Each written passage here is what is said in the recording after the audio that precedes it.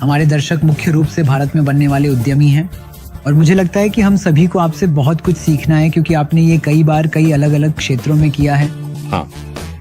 तो आज हम उनसे बात करेंगे और मैं अपनी सभी सवालों को उसी दिशा में केंद्रित करने की कोशिश करूंगा ताकि वे इस बातचीत का लाभ उठा सकें और शायद शुरुआत कर सकें। एक मौका लें और कुछ बनाएं।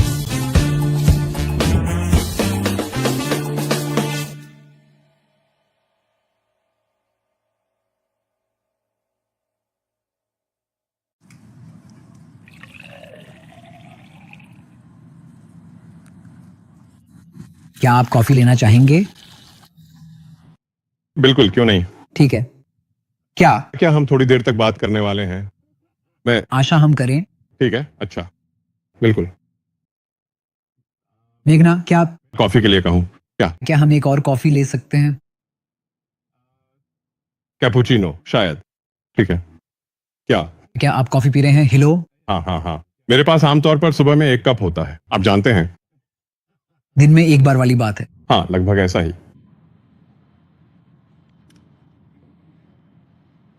क्या आप इसका इंतजार करना चाहेंगे? नहीं, मैं बिल्कुल ठीक हूँ, धन्यवाद।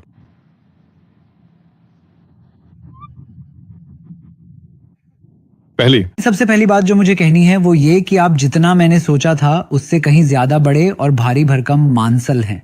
मैं आपको रोक दूंगा, आप तो मुझे शर्मा ही देंगे। सच में? सच में? हाँ, मेरा मतलब है, देखिए, इंटरनेट पे तो मैं छोटा ही हूँ, आप जानते हैं। आप मूल रूप से इंटरनेट का कितना प्रतिशत समय ट्विटर पर बिताया जाता है?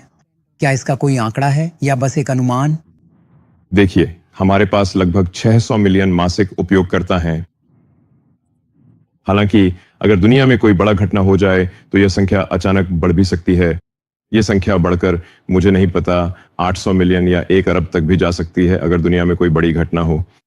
तो मुझे नहीं पता, 250 से 300 मिलियन के बीच एक हफ्ते के लिए कुछ ऐसा होता है। यह काफी अच्छा आंकड़ा है। अधिकतर हमारे उपयोगकर्ता वे लोग हैं जो पढ़ना पसंद करते हैं, जो शब्दों को पढ़ते हैं। क्या आप सोचते हैं कि यह बदल जाएगा? हाँ, मेरा मतलब है, एक्स सिस्टम पर निश्चित रूप से बहुत सारे वीडियो हैं और इस समय वीडियो की मात्रा लगातार बढ़ रही है। लेकिन मुझे लगता है कि एक्स नेटवर्क की सबसे बड़ी ताकत उन लोगों में है जो बहुत सोचते हैं और बहुत पढ़ते हैं। तो यही वह जगह है जहां यह सबसे मजबूत रहेगा क्योंकि हमारे पास शब्द हैं और इसलिए पाठकों, लेखकों और विचारकों के बीच मुझे लगता है कि एक्स दुनिया में नंबर 1 है। जहां तक सोशल मीडिया की बात है, अगर आपको कल के लिए कोई अनुमान लगाना हो तो उसका स्वरूप कैसा होगा?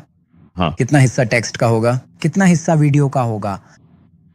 मैंने आपको ये कहते सुना है कि शायद आवाज और सुनना एआई के साथ संवाद का अगला तरीका हो सकता है। एक्स के असली रूप में क्या होता है? यह कैसे विकसित होता है? हाँ, तो मुझे लगता है कि भविष्य में ज्यादातर इंटरेक्शन वीडियो के माध्यम से ही होगा। ज्यादातर इंटरेक्शन एआई के साथ रियल टाइम वीडियो के रूप में होगा। तो रियल टाइम वीडियो को समझना, रियल टाइम वीडियो जनरेट करना, यही अधिकांश भार संभालेगा। और अभी भी इंटरनेट का अधिकांश हिस्सा ऐसा ही है। इंटरनेट का ज्यादातर हिस्सा वीडियो है। टेक्स्ट का प्रतिशत काफी कम है, लेकिन आमतौर पर टेक्स्ट अधिक मूल्यवान होता है। यह अधिक घनीभूत जानकारी होती है।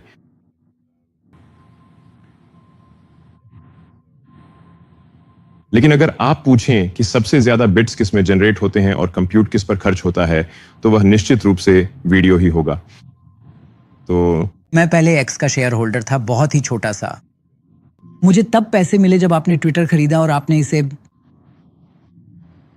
एक्स बना दिया। क्या यह खुशी का फैसला था? क्या आपको खुशी है? हाँ, मुझे लगता है कि यह जरूरी था। मुझे लगा कि ट्विटर ऐसी दिशा में जा रहा था जिसका दुनिया पर नकारात्मक प्रभाव ज्यादा था। बिल्कुल, यह किसी के नजरिए पर निर्भर करता है। कुछ लोग कहेंगे दरअसल उन्हें पहले जैसा था वैसा ही पसंद था और अब उन्हें यह पसंद नहीं है। मुझे लगता है कि मूल बात यह थी कि ट्विटर मैं कहूंगा दुनिया के अधिकांश लोगों के मानकों के अनुसार काफी हद तक वामपंथी विचारधारा को बढ़ावा दे रहा था, क्योंकि यह सैन फ्रांसिस्को में स्थित था और वास्तव में उन्होंने दाईं ओर के बहुत से लोगों को निलंबित भी कर दिया था। तो उनकी नजर में यहां तक कि कोई केंद्र में भी हो तो वह भी उनके लिए दूरदराज दाईं ओर का होगा। अगर आप बहुत वामपंथी हैं तो केंद्र में कोई भी व्यक्ति आपके लिए दूरदराज दाईं ओर का ही लगेगा, क्योंकि आप ये सिर्फ राजनीतिक स्पेक्ट्रम की बात है। वे जितना हो सके उतना वामपंथी हैं, खासकर संयुक्त राज्य अमेरिका और सैन फ्रांसिस्को में। तो मैंने जो कोशिश की है वह बस इसे संतुलित और केंद्रित बनाना है। अब तक किसी भी वामपंथी आवाज को न तो निलंबित किया गया है, न ही प्रतिबंधित, न ही उनकी पहुंच कम की गई है या ऐसा कुछ भी किया गया है। अब उनमें से कुछ ने खुद चुना है। लेकिन इस वर्तमान समय में एक्स सिस्टम का मुख्य संचालन सिद्धांत यह है कि हम किसी भी देश के सभी लागू कानूनों और विनियमों का पूरी तरह से पालन करें, लेकिन साथ ही उस देश के कानूनों से आगे बढ़कर हम स्वयं किसी भी प्रकार का कोई पक्षपातपूर्ण व्यवहार या भेदभाव बिल्कुल भी न करें।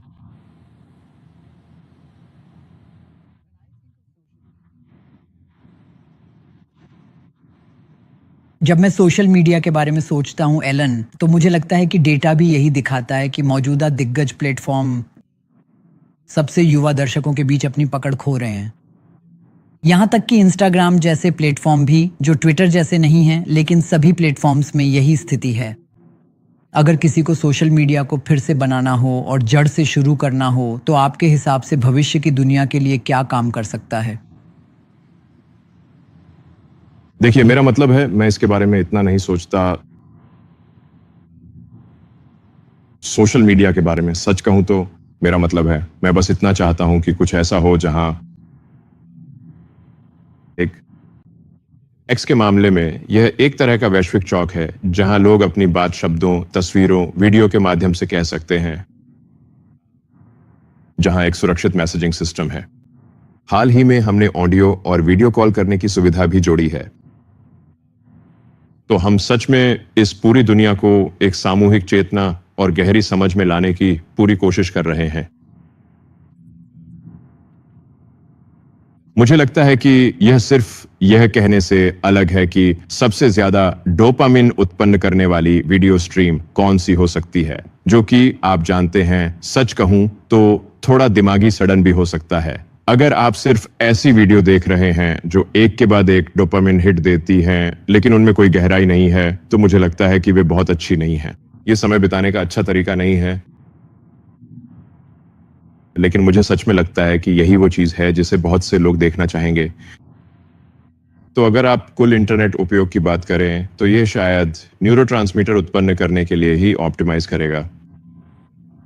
कोई ना कोई इससे मजा ले ही रहा है, लेकिन ये एक तरह की नशे जैसी चीज बन जाती है। लेकिन मैं सच में इसके पीछे नहीं हूं। मेरा लक्ष्य यह करने का नहीं है। मुझे लगता है कि अगर मैं चाहूं तो ऐसा कर सकता हूं, लेकिन मैं सच में एक ऐसा वैश्विक मंच बनाना चाहता हूं जो, जैसा मैंने कहा, मानवता की सामूहिक चेतना के जितना करीब हो सके उतना करीब आ सके। और एक उदाहरण के लिए हमने जो चीजें शुरू की गई हैं उनमें से एक महत्वपूर्ण है स्वचालित भाषा अनुवाद। क्योंकि मुझे लगता है कि यह बहुत अच्छा होगा कि अलग-अलग भाषाओं में लोग जो कहते हैं उन्हें एक साथ लाया जाए, लेकिन प्राप्तकर्ता के लिए वह स्वतः अनुवादित हो जाए। तो आपके पास सामूहिक चेतना सिर्फ किसी एक भाषा समूह के लोगों की नहीं, बल्कि हर भाषा समूह के लोगों के विचार होंगे। और यह क्यों जरूरी है, डीला सामूहिक चेतना एक ही मंच पर लाना? मुझे लगता है हाँ, ऐसा क्यों है? यह अत्यंत महत्वपूर्ण है कि हम इस विषय पर गहराई से विचार करें और इसके सभी पहलुओं को ध्यान में रखें, क्योंकि इसका हमारे भविष्य पर गहरा प्रभाव पड़ सकता है। इसलिए इस पर उचित ध्यान देना और सही निर्णय लेना बहुत आवश्यक है। मुझे लगता है आप यह भी कह सकते हैं कि क्यों आप जानते हैं, अगर आप इंसानों को देखें तो इंसान लगभग 30 से 40 ट्रिलियन कोशिकाओं से बने होते हैं। और आपके दिमाग में वास्तव में ट्रिलियनों की संख्या में सिनेप्स मौजूद होते हैं।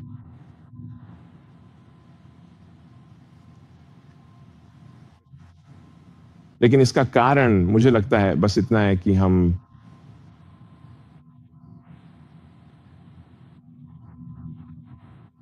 अपनी समझ बढ़ा सकें हमारे विशाल ब्रह्मांड की।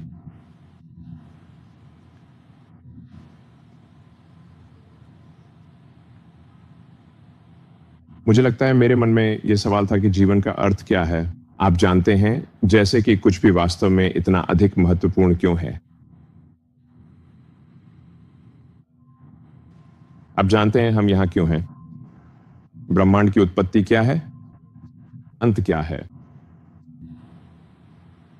वे कौन से सवाल हैं जिन्हें पूछना हमें अभी तक आता ही नहीं,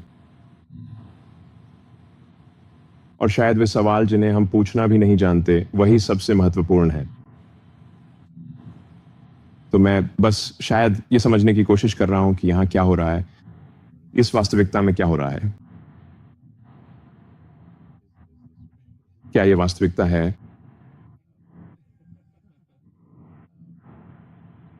और जब आपने पूछा कि जीवन का उद्देश्य क्या है, तो आपको क्या उत्तर मिला?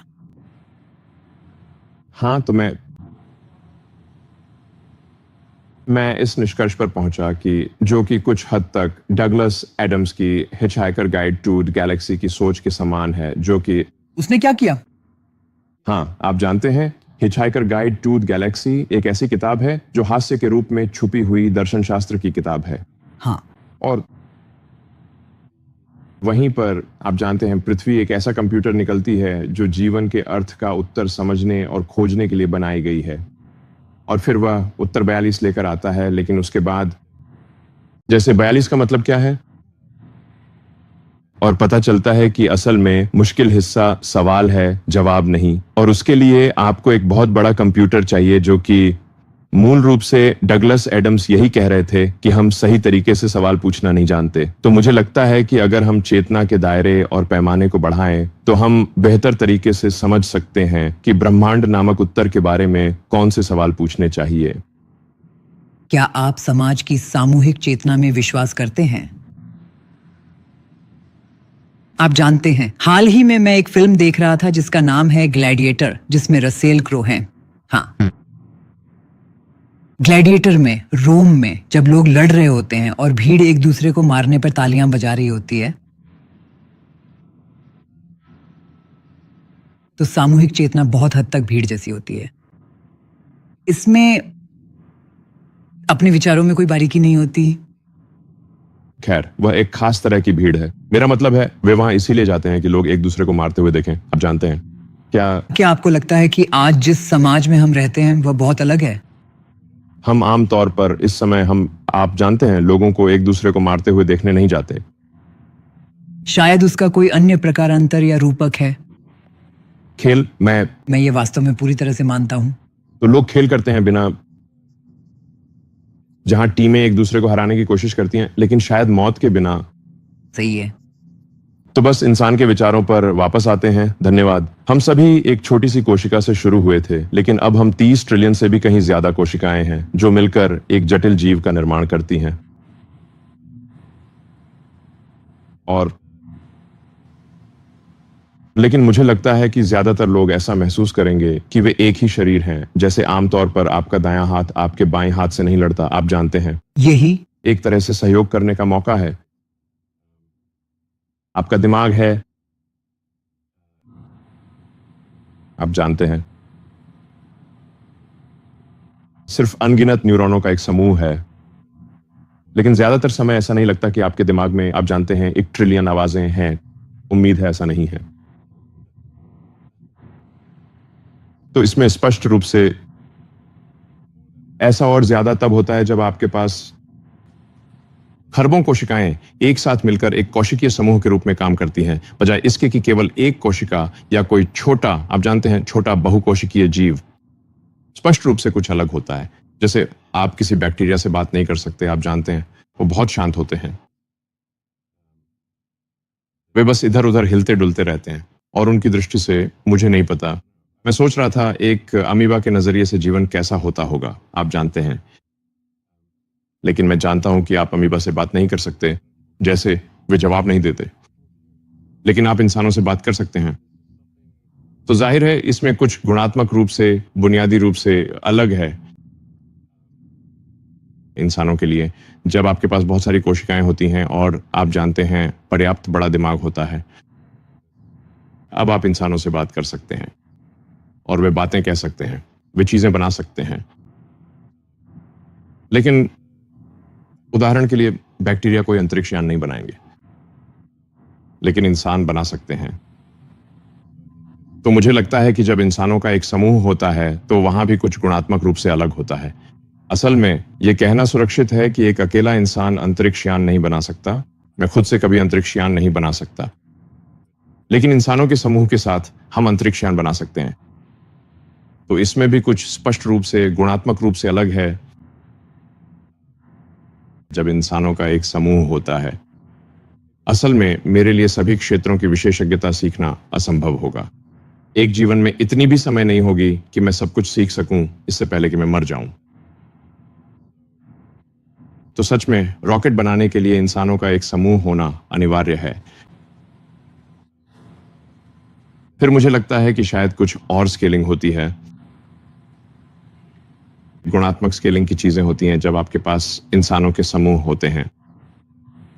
अगर बातचीत की गुणवत्ता, जानकारी के प्रवाह की गुणवत्ता जितनी बेहतर होगी, इंसानों का समूह उतनी ही अधिक उपलब्धि हासिल करेगा। और जैसा कि मैंने कहा, मैं तो बस ब्रह्मांड की प्रकृति को लेकर जिज्ञासु हूं, और मुझे लगता है अगर हम चेतना के दायरे और स्तर को बढ़ाते हैं तो हम ब्रह्मांड की प्रकृति को समझने की कहीं अधिक संभावना रखते हैं, बजाय इसके कि अगर हम उत्पादन कर रहे हों। क्या यह कुछ हद तक आध्यात्मिकता जैसा है? बहुत से लोग मुझसे आध्यात्मिकता के बारे में बात करते हैं। सही है। मैं अब भी नहीं जानता कि इसका मतलब क्या है। मैं उनसे पूछता हूं, आप क्या मतलब है? हाँ, आपका क्या मतलब है? मेरा मतलब है बहुत से लोगों के पास आध्यात्मिक भावनाएं होती हैं, सही है। और मैं ये मानने से इनकार नहीं करूंगा कि वे आध्यात्मिक भावनाएं उनके लिए असली हैं। लेकिन ये पूरी तरह से अनुवादित नहीं होता। मैं नहीं कर सकता सिर्फ इसलिए कि किसी और को कोई आध्यात्मिक अनुभूति होती है। इसका मतलब ये नहीं कि मुझे भी वही अनुभूति होगी।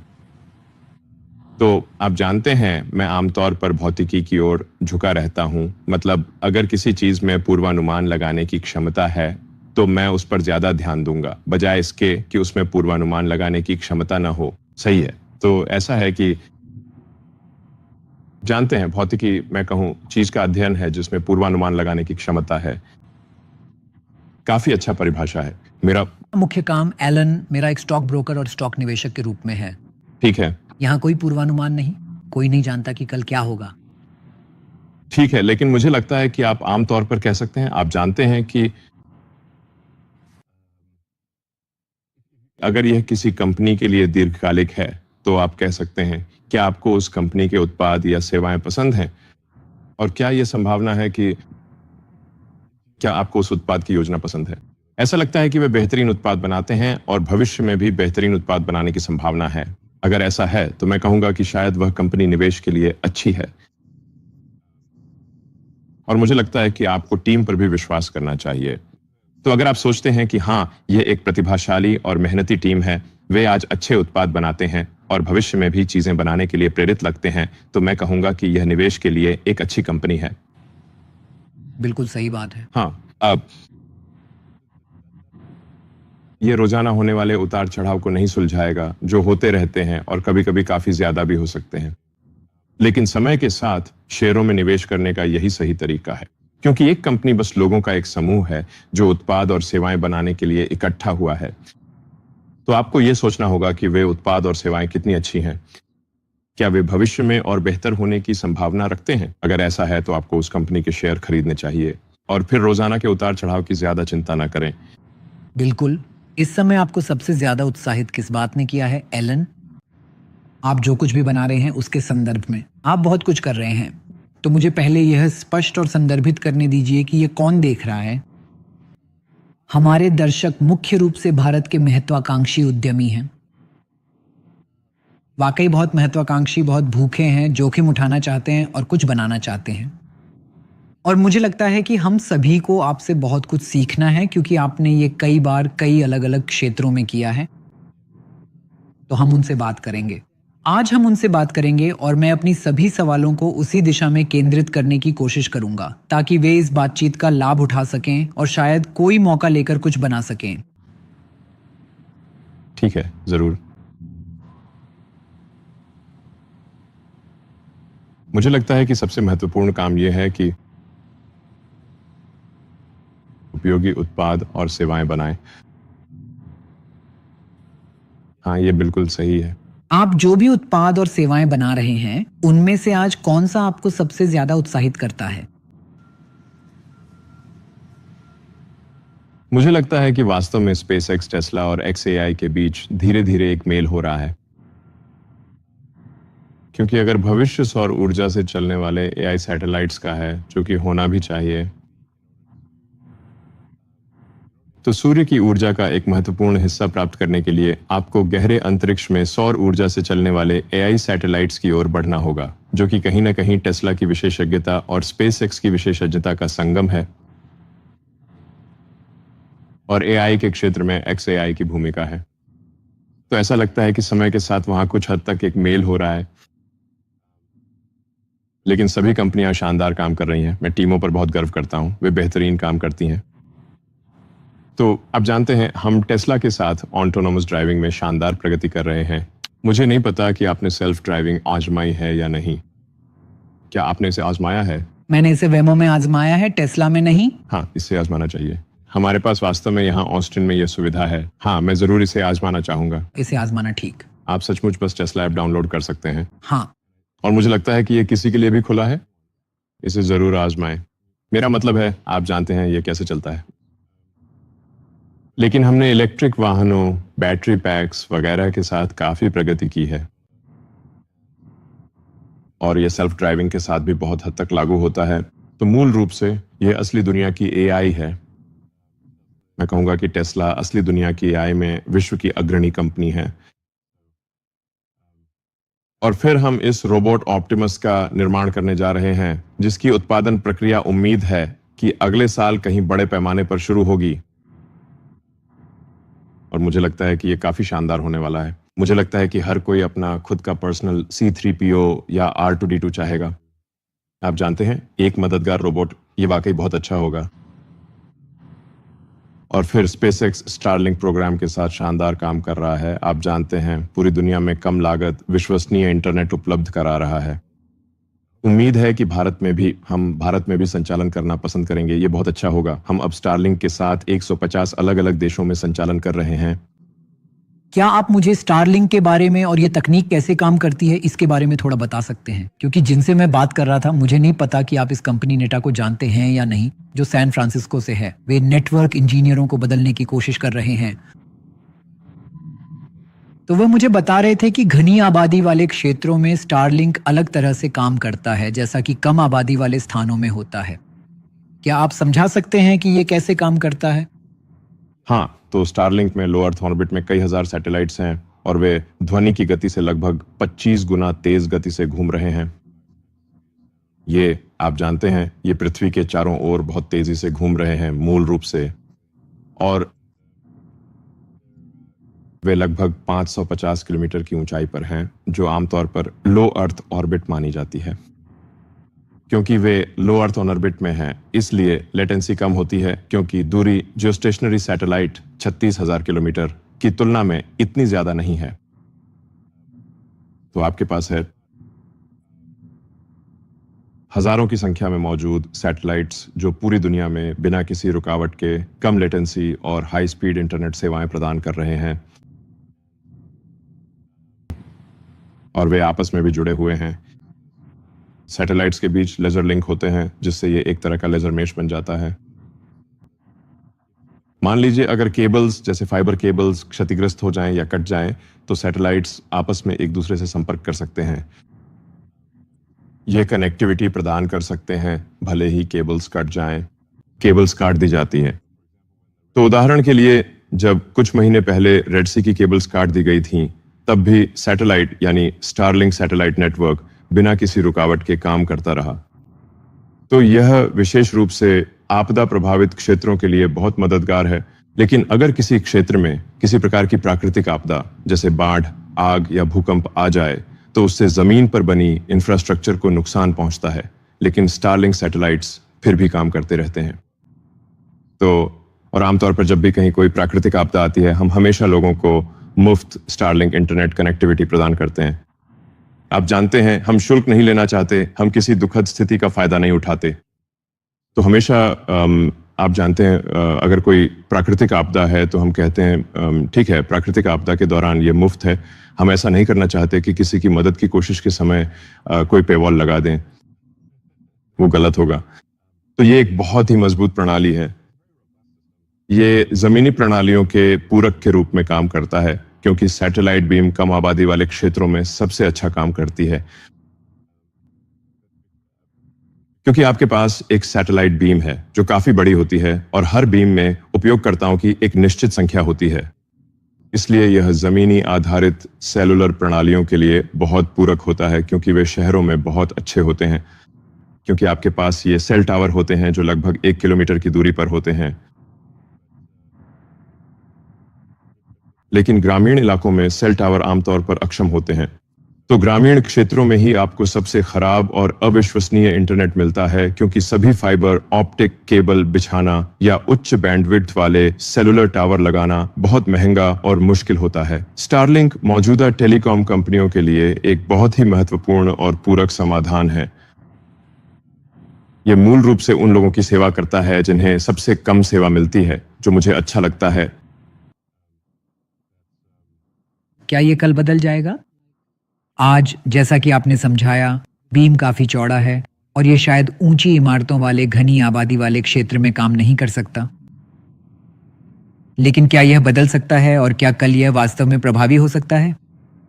एक घनी आबादी वाले शहर में जहां यह स्थानीय नेटवर्क प्रदाताओं के साथ प्रतिस्पर्धी हो सकता है?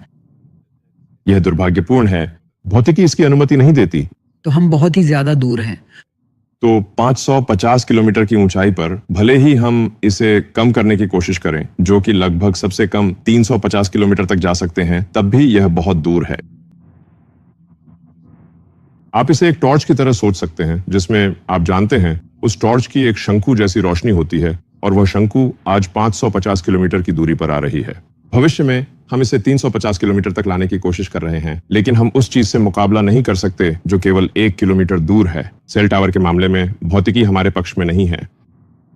तो यह भौतिक रूप से संभव नहीं है कि स्टारलिंक घनी आबादी वाले शहरों को सेवा दे सके। आप थोड़े लोगों को सेवा दे सकते हैं, शायद आबादी के 1% को। और कभी कभी लोग भीड़भाड़ वाले शहरों में भी ऐसा हो सकता है कि आप जानते हैं उनकी सड़क पर कोई फाइबर लिंक नहीं है। जैसे कभी कभी कोई व्यक्ति किसी कॉल डी सैक या किसी जगह पर होता है, या शहरों में भी कभी कभी किसी कारणवश कुछ क्षेत्रों में सेवाएं कम मिलती हैं।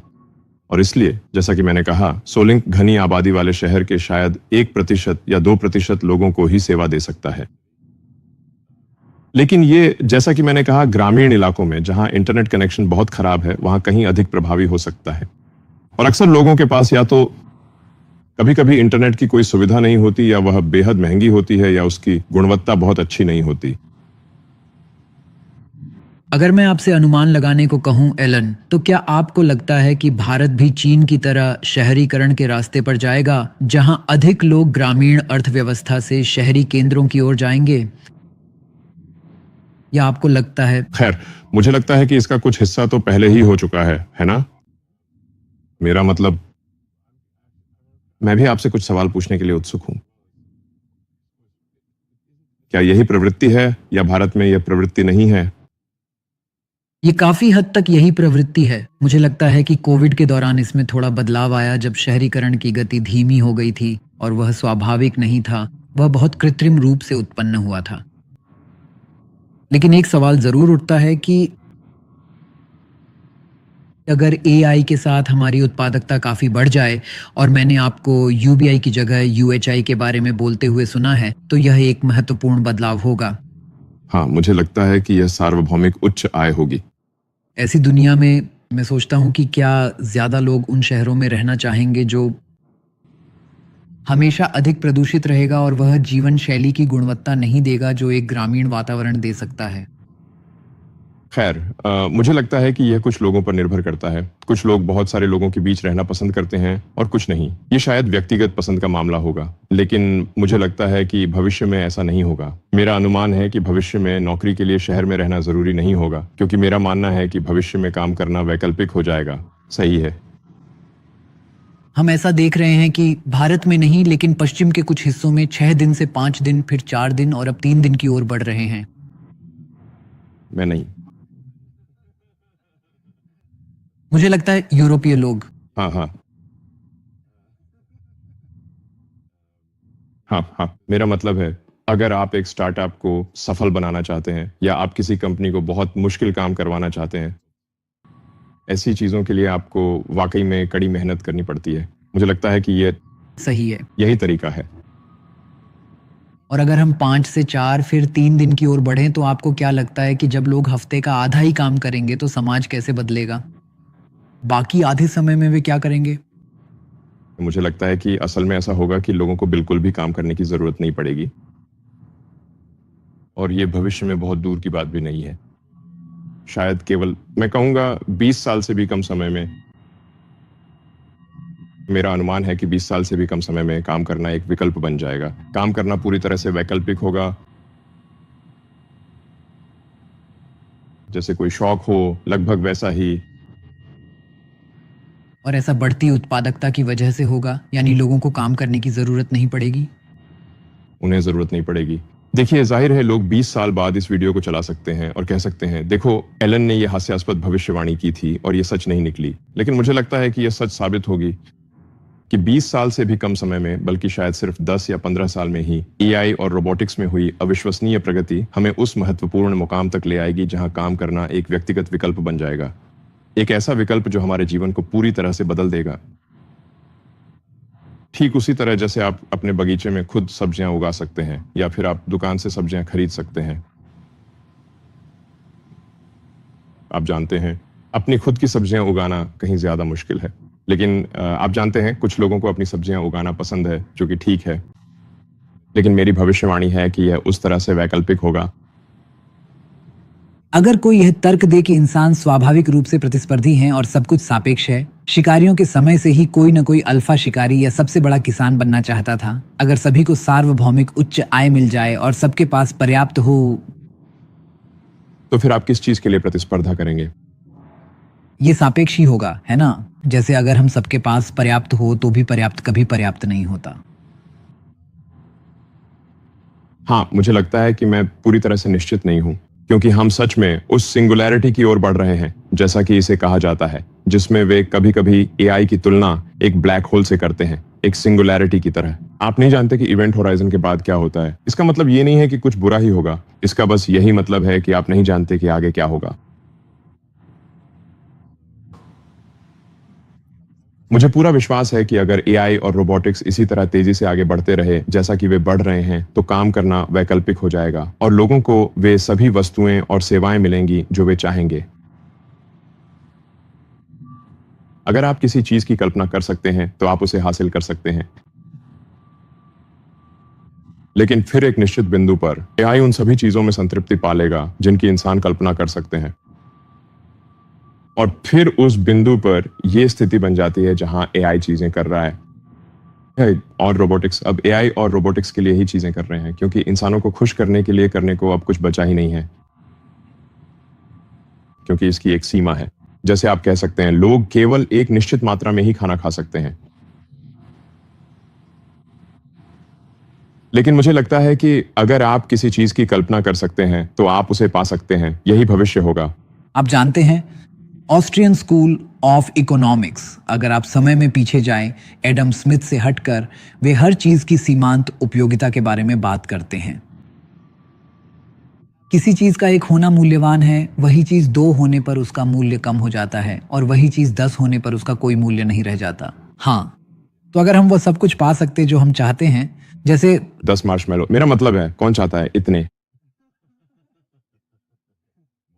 एक ही काफी है। ये मार्शमैलो के स्वाद जैसा है। आपको एक मार्शमैलो लें या बाद में 2 मार्शमैलो लें, और मैं सोच रहा हूं एक मार्शमैलो लूंगा, 2 मार्शमैलो नहीं। ये दिलचस्प है।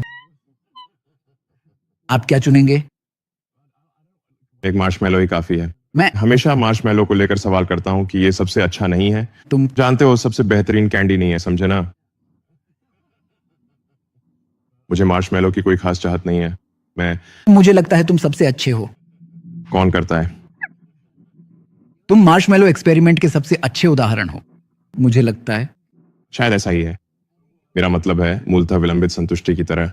आप इसे अन्य लोगों की तुलना में अधिक विलंबित करने में सक्षम हैं। तुम्हें पता है मेरे पास एक टैटू है जिस पर लिखा है विलंबित संतुष्टि। हाँ वाह, ठीक है। आप सचमुच मार्शमैलो परीक्षण को कठिनता से ले रहे हैं। मुझे ऐसा लग रहा है याद नहीं कर सकता, जब मैं व्यापार कर या जब मैं खरीद रहा हूँ। ये विलंबित संतुष्टि। हाँ, इससे मदद मिलती है। वाह, ठीक है। ये मुझ पर इशारा कर रहा है तो ये मुझे याद दिलाता है। ठीक है, खैर ये अच्छी सलाह है। मेरा मतलब है आप इसे मिस नहीं कर सकते। अगर आप इसे पा सकें, अगर आप टैटू बनवा सकते तो क्या बनवाते? मुझे लगता है शायद अपने बच्चों के नाम या कुछ ऐसा। ये बिल्कुल सही है। आपको आखिर अक्षर एक्स इतना क्यों पसंद है? खैर,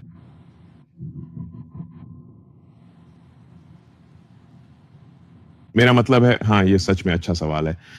कभी कभी मैं सोचता हूं कि मेरे साथ क्या गड़बड़ है।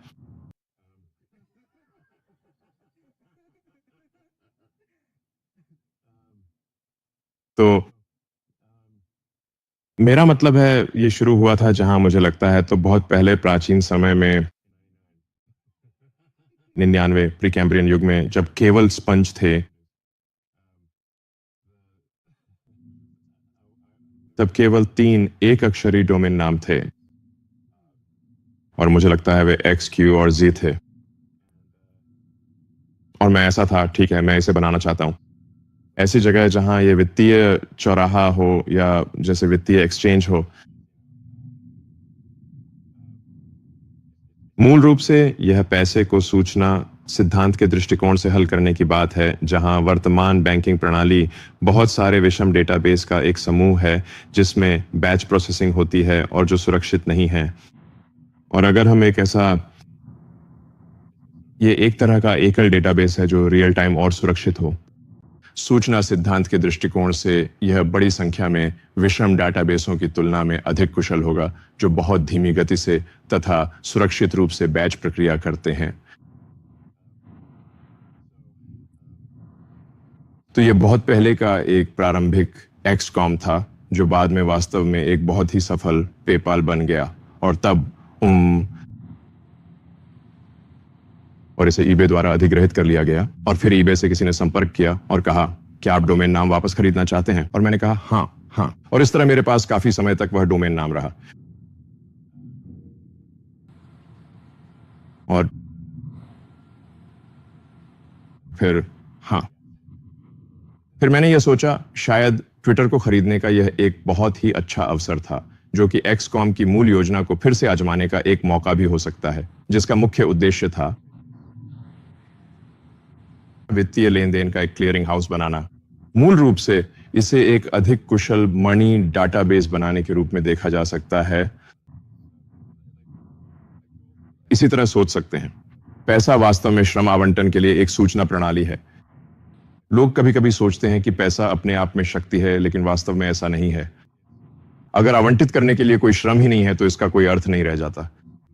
तो अगर आप किसी निर्जन द्वीप पर $1 ट्रिलियन या जो भी हो लेकर हो तो उसका कोई मतलब नहीं है। हाँ, जब आप असली हो सकते हैं तो अटकलें क्यों लगाएं?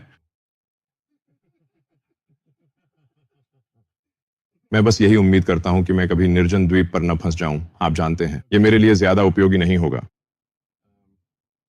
लेकिन यह मेरी बात को स्पष्ट करता है कि अगर आप $1 ट्रिलियन के साथ किसी निर्जन द्वीप पर फंसे हैं तो वह उपयोगी नहीं है, क्योंकि वहां आवंटित करने के लिए कोई श्रम नहीं है। आप बस खुद को ही आवंटित कर सकते हैं। तो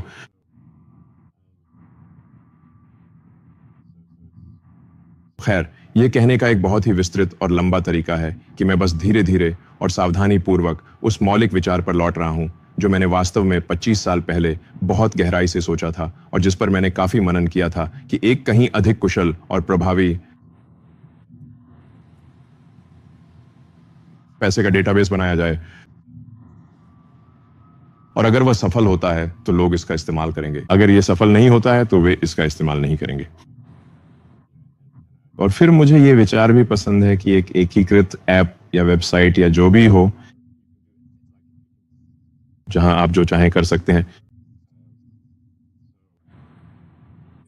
तो चीन में यह वीचैट के साथ कुछ हद तक है, जहां आप जानकारी का आदान प्रदान कर सकते हैं, जानकारी प्रकाशित कर सकते हैं, पैसे का लेन देन कर सकते हैं। आप जानते हैं, एक तरह से लोग चीन में वीचैट पे ही अपनी जिंदगी जीते हैं और ये काफी उपयोगी है। लेकिन चीन के बाहर असल में कोई वीचैट नहीं है। तो ये कुछ ऐसा है जैसे वीचैट प्लस प्लस, मैं कहूंगा यही एक्स के लिए विचार है। खैर, तो फिर स्पेस एक्सप्लोरेशन टेक्नोलॉजीज कंपनी का पूरा नाम है, लेकिन ये बहुत लंबा है, बोलने में भी भारी लगता है। तो मैंने सोचा हम इसे बस स्पेस एक्स कहेंगे, जैसे फेडेक्स है वैसे ही स्पेस के लिए। ये बस संयोग है कि इसमें एक्स है, आप जानते हैं, क्योंकि एक्सप्लोरेशन में एक्स आता है, लेकिन आप जानते हैं और मुझे लगा खैर मुझे एक्स को कैपिटल में लिखना कलात्मक रूप से अच्छा लगता है, तो इसी वजह से इसका नाम स्पेस एक्स है। लेकिन और फिर हमारे पास और क्या है? हमारे पास एक बच्चा है, उसका नाम X2 है, लेकिन उसकी माँ ने ही उसका नाम एक्स रखा था। ओह, और मैंने कहा आप जानते हैं लोग सच में सोचेंगे कि मुझे एक्स से कुछ खास लगाव है अगर हम अपने बच्चे का नाम X2 रखेंगे, है ना? और मैंने उससे कहा देखो मेरे पास XCOM भी है ना? तो लोग सच में सोचेंगे कि मुझे इस अक्षर के लिए कुछ फितूर है। लेकिन उसने कहा नहीं, उसे एक्स पसंद है और वह उसका नाम एक्स ही रखना चाहती है। मैंने कहा ठीक है। क्या ये कोई नई बात है या आपके साथ बचपन से ही ऐसा रहा है? नहीं, मैं कह रहा हूं कि यह कुछ हद तक एक संयोग है। हर चीज का नाम एक्स नहीं है। मेरा मतलब है टेस्ला में तो कोई एक्स नहीं है, टेस्ला में एक्स नहीं आता। आपको क्या लगता है भविष्य में पैसा क्या होगा, एलन? मुझे लगता है लंबी अवधि में, मुझे सच में लगता है कि पैसा एक अवधारणा के रूप में गायब हो जाएगा। यह थोड़ा अजीब है, लेकिन एक ऐसे भविष्य में जहां कोई भी कुछ भी पा सकता है, मुझे लगता है कि आपको श्रम के आवंटन के लिए पैसे की एक डाटाबेस के रूप में अब जरूरत नहीं रहेगी। अगर एआई और रोबोटिक्स इतने सक्षम हो जाएं कि वे सभी मानवीय आवश्यकताओं को पूरा कर सकें, तो फिर पैसे का कोई महत्व नहीं रह जाता। इसकी प्रासंगिकता बहुत तेजी से घट जाती है। मुझे यकीन नहीं है कि हमारे पास यह रहेगा। तो इस भविष्य की सबसे अच्छी कल्पना जो मैंने पढ़ी है वह इयान बैंक्स की कल्चर किताबों में है। तो मैं लोगों को सलाह देता हूं कि वे इस तरह की कल्पना के लिए कल्चर किताबें पढ़ें। कल्चर किताबों के दूर भविष्य में वहां भी पैसे नहीं है और हर कोई लगभग जो चाहे वह पा सकता है। तो फिर भी कुछ मौलिक मुद्राएं हैं अगर आप चाहें, जो भौतिकी पर आधारित हैं। तो ऊर्जा ही असली सच्ची मुद्रा है। इसीलिए मैंने कहा था कि बिटकॉइन ऊर्जा पर आधारित है। आप ऊर्जा को कानून बनाकर नियंत्रित नहीं कर सकते। आप बस जानते हैं, कोई कानून पास करके अचानक बहुत सारी ऊर्जा नहीं पा सकते। ऊर्जा उत्पन्न करना वास्तव में बहुत कठिन है, खासकर जब उस ऊर्जा को एक उपयोगी और प्रभावी तरीके से काम में लाना हो। तो मुझे लगता है कि संभवतः हमारे पास भविष्य में पैसा नहीं होगा और शायद हमारे पास केवल ऊर्जा, बिजली उत्पादन ही वास्तविक और एकमात्र मुद्रा के रूप में होगा। मेरा मतलब है, मुझे लगता है कि सभ्यता की प्रगति को मापने का एक तरीका है कार्डाशेव स्केल पर प्रतिशत पूर्णता। तो कार्डाशेव एक ये है कि आप किसी ग्रह की कुल ऊर्जा का कितना प्रतिशत सफलतापूर्वक उपयोगी कार्य में बदल रहे हैं। और शायद मैं यहां थोड़ा सा परिभाषित कर रहा हूं, लेकिन कार्डाशेव 2 ये होगा कि आप सूर्य की कुल ऊर्जा का कितना प्रतिशत उपयोगी कार्य में बदल रहे हैं। कार्डाशेव 3 ये होगा कि आप आकाशगंगा की कुल ऊर्जा का कितना प्रतिशत उपयोगी कार्य में बदल रहे हैं। तो मुझे लगता है कि चीजें वास्तव में ऊर्जा आधारित हो जाती हैं। लेकिन अगर आपके पास सौर ऊर्जा से चलने वाले एआई उपग्रह हैं, तो ऊर्जा भी मुफ्त और प्रचुर मात्रा में होगी, क्योंकि हम कभी भी हमारे पास उपलब्ध सारी सौर ऊर्जा का उपयोग नहीं कर पाएंगे। तो उस नज़रिए से ये मूल रूप से संपत्ति का भंडार नहीं हो सकता, है ना? असल में ऐसा नहीं है, तो आप वास्तव में संपत्ति को इस तरह संचित नहीं कर सकते।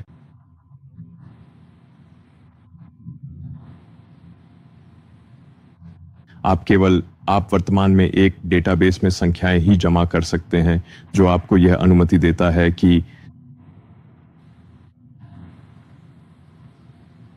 कुछ हद तक अन्य इंसानों के व्यवहार को विशेष दिशाओं में प्रोत्साहित किया जा सके। हाँ जी। और मुझे लगता है लोग इसे संपत्ति या धन कहते हैं, लेकिन फिर भी अगर आसपास कोई इंसान न हो तो संपत्ति जमा करना या धन इकट्ठा करना बेकार है, उसका कोई अर्थ नहीं है। ये एक विषयांतर है, लेकिन अगर आप भोजन को इंसान के फलने फूलने के लिए ऊर्जा माने। हाँ, भोजन ही ऊर्जा है। ये अच्छा है, कैलोरी का मतलब ऊर्जा ही है। तो क्या एक आत्मनिर्भर फार्म एक ऐसी वस्तु हो सकती है जिसकी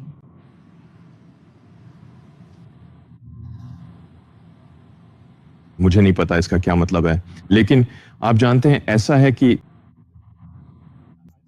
मुझे लगता है कि किसी निश्चित बिंदु पर आप उस पूरे चक्र को सफलतापूर्वक पूरा कर लेते हैं और मुझे लगता है कि किसी महत्वपूर्ण बिंदु पर आप पारंपरिक अर्थव्यवस्था से पूरी तरह से अलग हो जाते हैं, विशेषकर यदि आपके पास उन्नत एआई और रोबोट चिप्स और सोलर पैनल बना रहे हों। और आप जानते हैं चिप्स और रोबोट बनाने के लिए संसाधनों का खनन करना ताकि आप उस चक्र को पूरा कर सकें। एक बार जब वह चक्र पूरा हो जाता है, मुझे लगता है कि वही वह बिंदु है जहां आप मौद्रिक प्रणाली से अलग हो जाते हैं। क्या यही अमेरिका के लिए आगे का रास्ता है? इस आधार पर कि उनके पास आज कितना कर्ज है, क्या वे अपनी मुद्रा का अवमूल्यन करके इस नए रूप में संक्रमण करेंगे और इस बदलाव का नेतृत्व करेंगे, क्योंकि यह उनके लिए अधिक समझदारी होगी? खैर, जिस भविष्य की मैं बात कर रहा हूं उसमें देशों की अवधारणा कुछ हद तक पुरानी हो जाती है। क्या आप आज इसमें विश्वास करते हैं? क्या आप विश्वास करते हैं देशों में? हाँ, मैं निश्चित रूप से आज इसमें विश्वास करता हूं और मैं बस एक चीज को अलग करना चाहता हूं, जो मैं जैसे ये सिर्फ वही है जो मुझे लगता है कि जो मैं देख रहा हूं उसके आधार पर होगा, इसके विपरीत कि मैं सोचता हूं कि ये बुनियादी रूप से अच्छी चीजें हैं और मैं इन्हें होने के लिए प्रयास कर रहा हूं। जैसे मुझे लगता है कि यह मेरे साथ या मेरे बिना, चाहे मुझे पसंद हो या ना हो, होने ही वाला है। जब तक सभ्यता आगे बढ़ती रहेगी हमारे पास बहुत बड़े पैमाने पर एआई और रोबोटिक्स होंगे।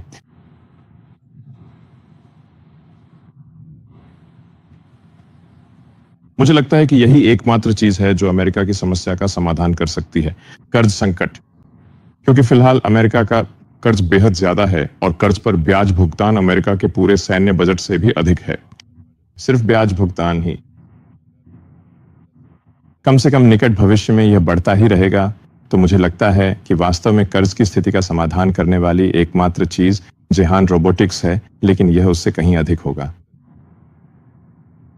मुझे लगता है कि यह शायद काफी बड़ी मंदी, डिफ्लेशन का कारण भी बन सकता है, क्योंकि आप जानते हैं मंदी या महंगाई, इन्फ्लेशन, असल में उत्पादित वस्तुओं और सेवाओं के अनुपात और मुद्रा आपूर्ति में बदलाव का ही परिणाम है। तो अगर वस्तुओं और सेवाओं का उत्पादन मुद्रा आपूर्ति से तेजी से बढ़ता है तो आपके पास मंदी, डिफ्लेशन होगी। अगर असली वस्तुओं और सेवाओं का उत्पादन मुद्रा आपूर्ति से धीमी गति से बढ़ता है तो आपके पास महंगाई, इन्फ्लेशन होगी। यह इतना ही सीधा है। लोग कभी कभी इसे इससे ज्यादा जटिल बनाने की कोशिश करते हैं, लेकिन यह है नहीं। तो अगर आपके पास एआई और रोबोटिक्स है और वस्तुओं और सेवाओं के उत्पादन में जबरदस्त वृद्धि होती है तो संभवतः आपके पास मंदी, डिफ्लेशन होगी। ऐसा ही लगता है, क्योंकि आप वस्तुओं और सेवाओं के उत्पादन जितनी तेजी से मुद्रा आपूर्ति नहीं बढ़ा पाएंगे। आपूर्ति यहां एक असली खतरा है। क्या हमें इसके बारे में कुछ करना चाहिए? शायद हम इसे कहीं और जाने के लिए मना सकते हैं, इसे कहीं और लुभाए। मुझे लगता है ये सच में चला गया था। ओह नहीं, ये वापस आ गया है। शायद यह रोशनी की ओर आकर्षित हो रहा है। अगर मंदी है, शायद आपको थोड़ी कॉफी चाहिए होगी। मेरी खत्म हो गई है। अगर एआई के कारण मंदी अनिवार्य है, ये सबसे अधिक संभावना तो यही है। हाँ, सही है। तो आज समाज में फिर से हर जगह महंगाई क्यों है? क्या एआई ने अभी तक उत्पादकता नहीं बढ़ाई है? एआई ने अभी तक उत्पादकता पर इतना प्रभाव नहीं डाला है कि वस्तुओं और सेवाओं का उत्पादन मुद्रा आपूर्ति की वृद्धि से तेज हो सके। तो अमेरिका मुद्रा आपूर्ति बढ़ा रहा है काफी हद तक।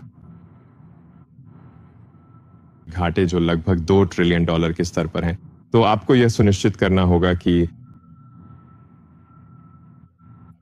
माल और सेवाओं का उत्पादन इससे भी अधिक बढ़े ताकि महंगाई ना हो। तो हम अभी वहां नहीं पहुंचे हैं, लेकिन अगर आप पूछें कि वहां पहुंचने में हमें कितना समय लगेगा, तो मुझे लगता है कि 3 साल, शायद 3 साल पहले, 3 साल या उससे कम में मेरा अनुमान है कि माल और सेवाओं का उत्पादन मुद्रास्फीति की दर से अधिक हो जाएगा। यानी माल और सेवाओं की वृद्धि दर लगभग 3 साल में मुद्रा आपूर्ति की वृद्धि दर से अधिक हो जाएगी। शायद उन 3 साल बाद आपके पास महंगाई की जगह मूल्य गिरावट, डिफ्लेशन शून्य होंगी और तब कर्ज अभी जितनी बड़ी समस्या नहीं रहेगा। हाँ, बिल्कुल सही। सबसे अधिक संभावना यही है। आपने पहले सिमुलेशन में होने की बात की थी। मुझे मैट्रिक्स बहुत पसंद है। हाँ, अगर आप द मैट्रिक्स के किसी एक किरदार होते तो आप वास्तव में कौन होते? देखो, चुनने के लिए ज्यादा किरदार नहीं है, पता है ना। उम्मीद है एजेंट स्मिथ नहीं, वो मेरा हीरो है। मेरा मतलब है नियो तो काफी कूल है, आर्किटेक्ट भी दिलचस्प है। ओरेकल कभी कभी मुझे लगता है कि मैं मैट्रिक्स में एक विसंगति, एनॉमली हूं। वो है। करीब, लगभग के आसपास के करीब है। क्या आप सच में मानते हैं कि आप मैट्रिक्स में हैं? मतलब सच में मानते हैं? मुझे लगता है कि इन चीजों को निश्चितता नहीं बल्कि संभावनाओं के रूप में देखना चाहिए। कुछ संभावना है कि हम एक सिमुलेशन में हैं। आप इसके लिए कितने प्रतिशत संभावना मानते हैं?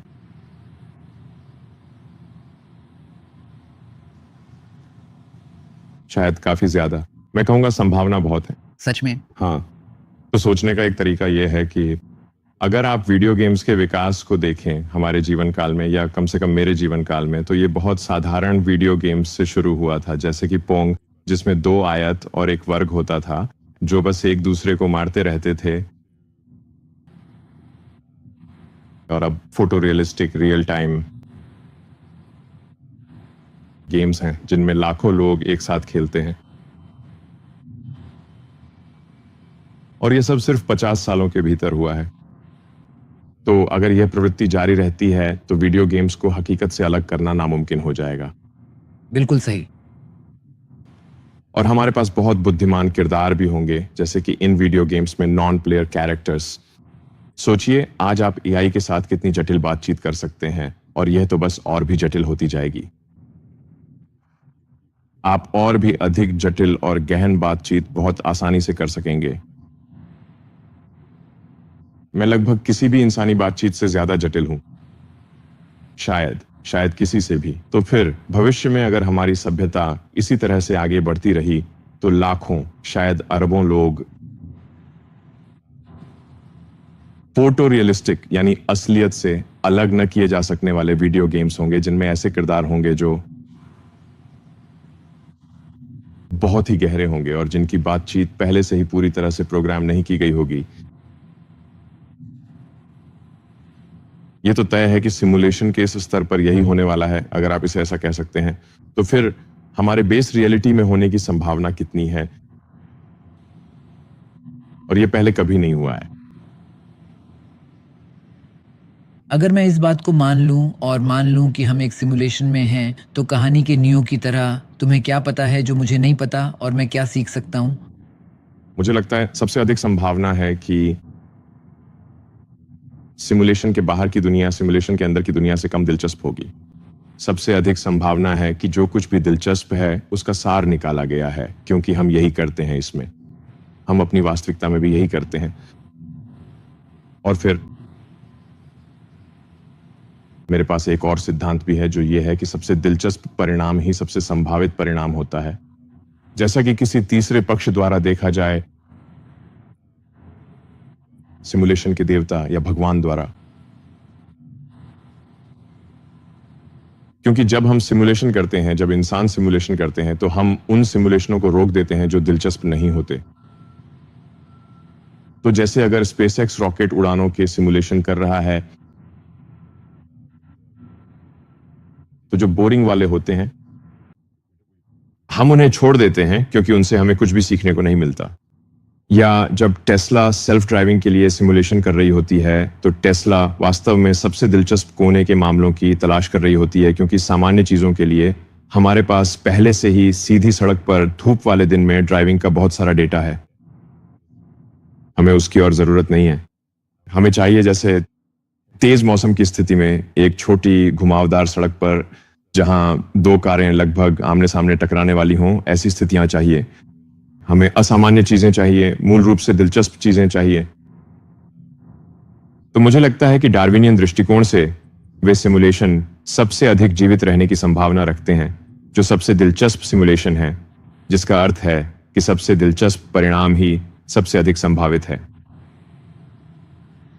और जिन्होंने हमारी दुनिया का सिमुलेशन किया, अगर हम आगे बढ़कर सोचें तो वे खुद भी किसी और सिमुलेशन में हो सकते हैं। हाँ, और सिमुलेशन की कई परतें हो सकती हैं। हाँ। इन सभी सिमुलेशन की परतों से परे क्या आपको लगता है कि वहां कुछ है? मैंने कहीं पढ़ा था कि आप कभी स्पिनोजा के भगवान में विश्वास करते थे, एक तरह से। असल में मैं वास्तव में बस ये बता रहा था कि आपको स्पिनोजा की कही गई बातों में से एक ये है कि आप पूर्ण रूप में नैतिकता रख सकते हैं। आपको नैतिकता को किसी से प्राप्त करने की आवश्यकता नहीं है। सवाल यह है कि क्या नैतिकता धार्मिक संदर्भ के बाहर भी अस्तित्व में रह सकती है, और स्पिनोजा का तर्क था कि यह संभव है। क्या वह यह तर्क नहीं दे रहे थे कि हमें अपनी नैतिकता के नियम प्रकृति के नियमों से लेने चाहिए एक हद तक? हाँ, लेकिन जब नीत्शे के नियम सोचता हूं तो देखता हूं कि बाघ हिरण को खा जाता है। तो स्पिनोजा की नैतिकता में ये तो सही है ना? देखिए,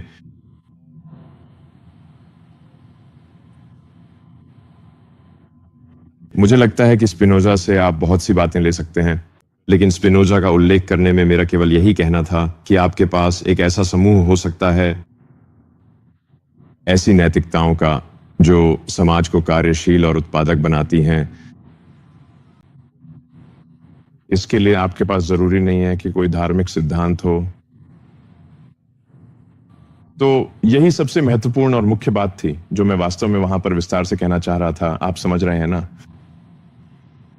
मुझे नहीं लगता कि लोग बस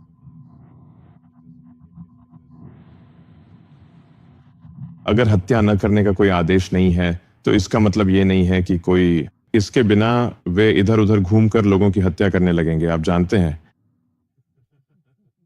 ऐसा है कि हत्या न करने का आदेश होना जरूरी नहीं है। क्या आपने GTA खेला है? लोगों को मारने के लिए कोई धार्मिक आदेश? असल में मैंने GTA बहुत कम खेला है, क्योंकि मुझे ये बात पसंद नहीं आई कि जैसे GTA 5 में आप सचमुच तब तक आगे नहीं बढ़ सकते जब तक आप पुलिस को नहीं मारते, और मैं सोचता हूं ये मेरे लिए ठीक नहीं है। मुझे असल में वीडियो गेम्स में NPCs को मारना पसंद नहीं है। ये मेरी पसंद की चीज नहीं है, आप जानते हैं। तो असल में मुझे GTA पसंद नहीं आया क्योंकि वह वहीं रुक गया जब उसने कहा कि आगे बढ़ने का एकमात्र तरीका पुलिस पर गोली चलाना है। मैं सोचता हूं मैं ऐसा नहीं करना चाहता। शायद यही वजह है कि हम जो अपनी सिमुलेशन के NPCs हैं मर नहीं रहे हैं। शायद। आप जानते हैं, वैसे भी मुझे लगता है कि आप बस ये कह सकते हैं कि कुछ बातें सामान्य समझ की होती हैं, जो कोई भी सभ्यता जिसमें लोग बिना वजह एक दूसरे की हत्या करते फिरें, वह बहुत सफल नहीं हो सकती। लेकिन ऐसा लगता है कि आप धर्म की ओर थोड़ा बदल रहे हैं। आस्था, जैसे हाल ही में आपने कई ऐसी बातें कही हैं जो लगभग धर्म के पक्ष में हैं। धर्म के पक्ष में नहीं, लेकिन उसी दिशा में। मेरा मतलब है, मुझे लगता है कि अन्य धार्मिक, क्या धर्म में ऐसे सिद्धांत हैं जो समझ में आते हैं? हाँ, मुझे लगता है कि हैं। क्या हमारे सिमुलेशन के लिए ये आसान है? क्या यह उस विश्व के लिए धर्म समर्थक प्रक्षेपण है जिसमें हम रहते हैं? क्या हम अधिक प्रासंगिक बन गए हैं? ये तो और आसान है। खैर, कौन सा धर्म? कोई भी इस बात पर निर्भर करता है कि आप कहाँ रहते हैं। तो एक चुन लो, तुम्हें पता है। ये बहुत दुर्लभ है कि बच्चों ने पूछा हो कि आप कौन सा धर्म पसंद करेंगे। ये बहुत दुर्लभ है। मुझे ज्यादा ऐसे हालात नहीं पता जहां बच्चों को, आप जानते हैं, जैसे तुम किस विषय में पढ़ाई करना चाहते हो, ऐसी चीज पूछी जाती हो। अक्सर ऐसा होता है कि आपके माता पिता और समुदाय आपको एक धर्म दे देते हैं, तो आप वास्तव में जानते हैं, लेकिन आप जानते हैं, मेरा मतलब है, मुझे लगता है आप जानते हैं, इसमें यह है कि हर धर्म में कुछ बहुत अच्छी बातें होती हैं और जो वास्तव में अच्छे सिद्धांत होते हैं। आप किसी भी धार्मिक ग्रंथ को पढ़ सकते हैं और कह सकते हैं, ठीक है, ये एक अच्छा सिद्धांत है, ये शायद एक बेहतर समाज की ओर ले जाएगा। तो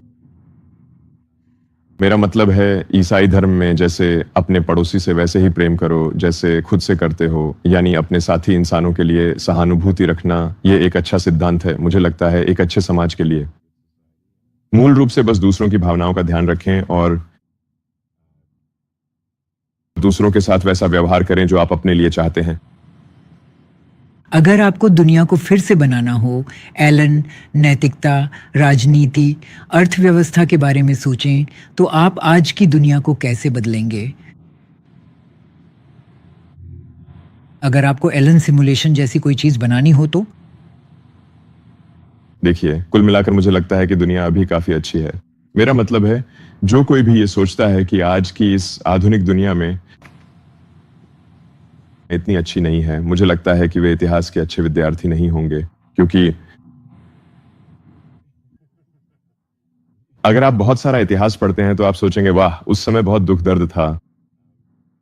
मेरा मतलब है, पहले तो लोग प्लेग जैसी बीमारियों से हर समय मर जाते थे, ये आम बात थी। आप जानते हैं, पुराने समय में एक अच्छा साल वही माना जाता था जब प्लेग, भुखमरी या किसी दूसरी जनजाति द्वारा मारे जाने से ज्यादा लोग नहीं मरते थे। मतलब वही एक अच्छा साल होता था। हमने केवल 10% आबादी ही खोई थी। मुझे लगता है कि 100 साल पहले हम लोग 35 या 40 साल तक ही जीते थे, है ना? हमारे यहाँ शिशु मृत्यु दर बहुत ज्यादा थी, तो कुछ लोग जरूर थे जो लंबी उम्र तक जीते थे, लेकिन आप जानते हैं, यह ज्यादा पुरानी बात नहीं है। 100 साल पहले अगर आपको कोई मामूली संक्रमण भी हो जाता था जिसका इलाज नहीं था, एंटीबायोटिक्स, तो बस आप मर जाते थे क्योंकि आपने ऐसा पानी पी लिया जिसमें डायसेंट्री थी और वही आपकी जिंदगी का अंत था। आप बस डायरिया से मर जाते थे, आप बस सचमुच मर जाते थे। ये तो बहुत दुखद है। शायद इसी वजह से लोग तब इतने बच्चे पैदा करते थे वे उस समय करते थे। मेरा मतलब है, अगर आप नहीं करते तो आधे बच्चे तो वैसे ही मर जाते थे।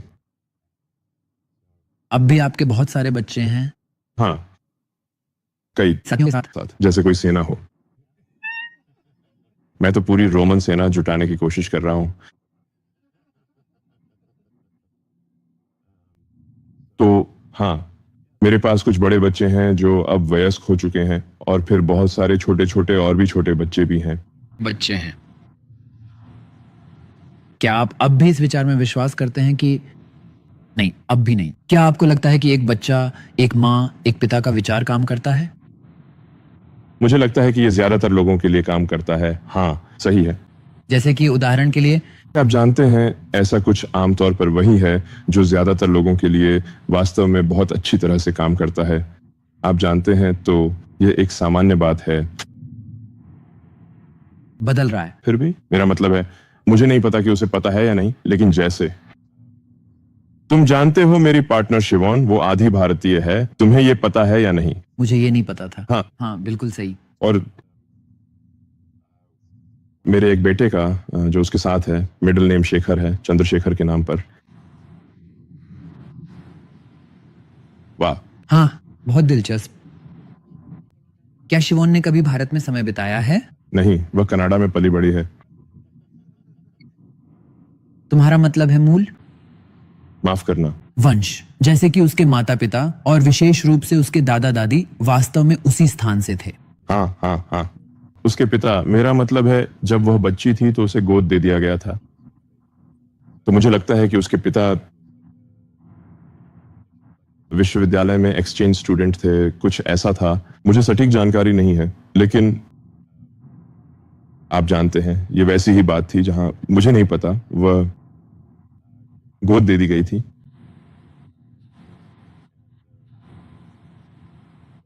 लेकिन वह कनाडा में पली बड़ी। क्या आप बच्चों को गोद लेते हैं, एलन? आप जानते हैं, इस समय मेरे पास पहले से ही बहुत जिम्मेदारियां हैं। तो नहीं, मैं इसके खिलाफ नहीं हूं, लेकिन बात यह है कि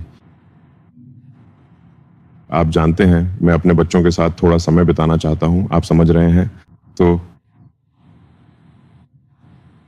आप जानते हैं यहां आने से ठीक पहले मेरा मतलब है मैं था, आप जानते हैं, अपने बच्चों के साथ था। तो बस सोने से पहले उन्हें देखना, ऐसी ही बातें। इसीलिए एक निश्चित संख्या के बाद उनके साथ समय बिताना लगभग असंभव है। लेकिन जैसा कि मैंने कहा, मेरे बड़े बच्चे वे बहुत स्वतंत्र, वे विश्वविद्यालय में हैं, और तो वे, विशेषकर बेटे, जब वे एक निश्चित आयु पार कर जाते हैं तो वे बहुत स्वतंत्र हो जाते हैं। अधिकतर लड़के अपने बच्चों से बात नहीं करते। 18 वर्ष की आयु के बाद वे अपने माता पिता के साथ ज्यादा समय नहीं बिताते। इसीलिए मैं उन्हें कभी कभार देखता हूं, लेकिन वे बहुत स्वतंत्र हैं। तो फिर आप जानते हैं, मेरे पास केवल उतने ही बच्चे हैं जितने छोटे हैं कि उनके साथ समय बिताना मानवीय रूप से संभव हो सके। भविष्य पर कोई विचार, विवाह, परिवार, आपको क्या लगता है कि भारत सहित हर जगह कम बच्चे पैदा करने वाले लोगों का क्या होता है? मुझे लगता है कि हमारी पुनः पूर्ति दर नीचे है। सही। मेरी प्रजनन क्षमता पिछले वर्ष ये दर प्रतिस्थापन से नीचे गिरी। 2 पॉइंट कम। हाँ, बिल्कुल सही। आपको क्या लगता है कल क्या होगा?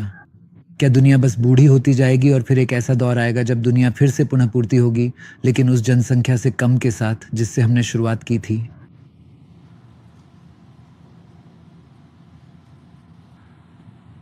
मेरा मतलब है, मैं जनसंख्या में गिरावट को लेकर चिंतित हूं। यह एक बहुत बड़ी समस्या है। ऐसा क्यों है? देखिए, मैं नहीं चाहता कि मानवता गायब हो जाए। लेकिन गिरावट और गायब होना तो पूरी तरह अलग बातें हैं, है ना? अगर यह रुझान जारी रहा तो हम गायब हो जाएंगे। लेकिन अगर आप मेरी उस सोच पर वापस जाएं, जिसे आप मेरी फिलॉसफी कह सकते हैं, कि हमें चेतना का विस्तार करना है, तो कम इंसान होना बुरा है क्योंकि हमारे पास कम चेतना होगी।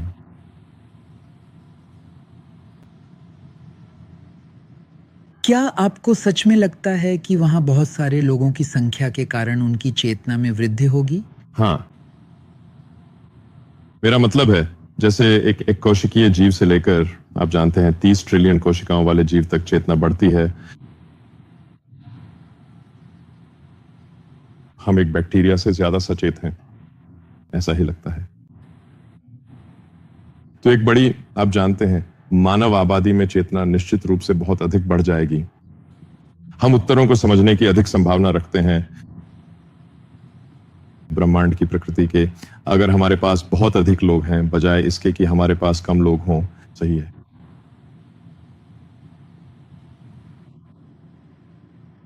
मेरे बच्चे नहीं हैं।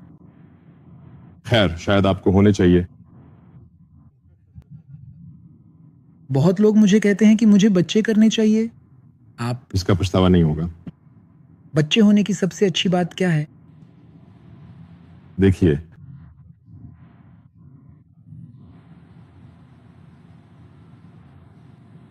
मेरा मतलब है, आपके पास एक छोटा सा जीव है जो आपसे प्यार करता है, और आप भी उस छोटे जीव से प्यार करते हैं, और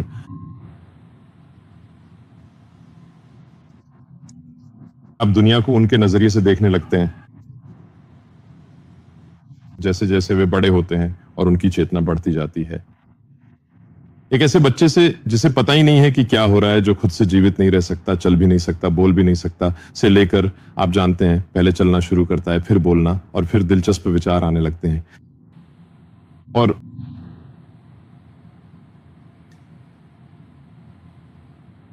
लेकिन हाँ, मेरा मतलब है, मुझे लगता है कि हमें मूल रूप से बच्चे पैदा करने ही होंगे, नहीं तो हम विलुप्त हो जाएंगे। आप जानते हैं, ये ऐसा ही है।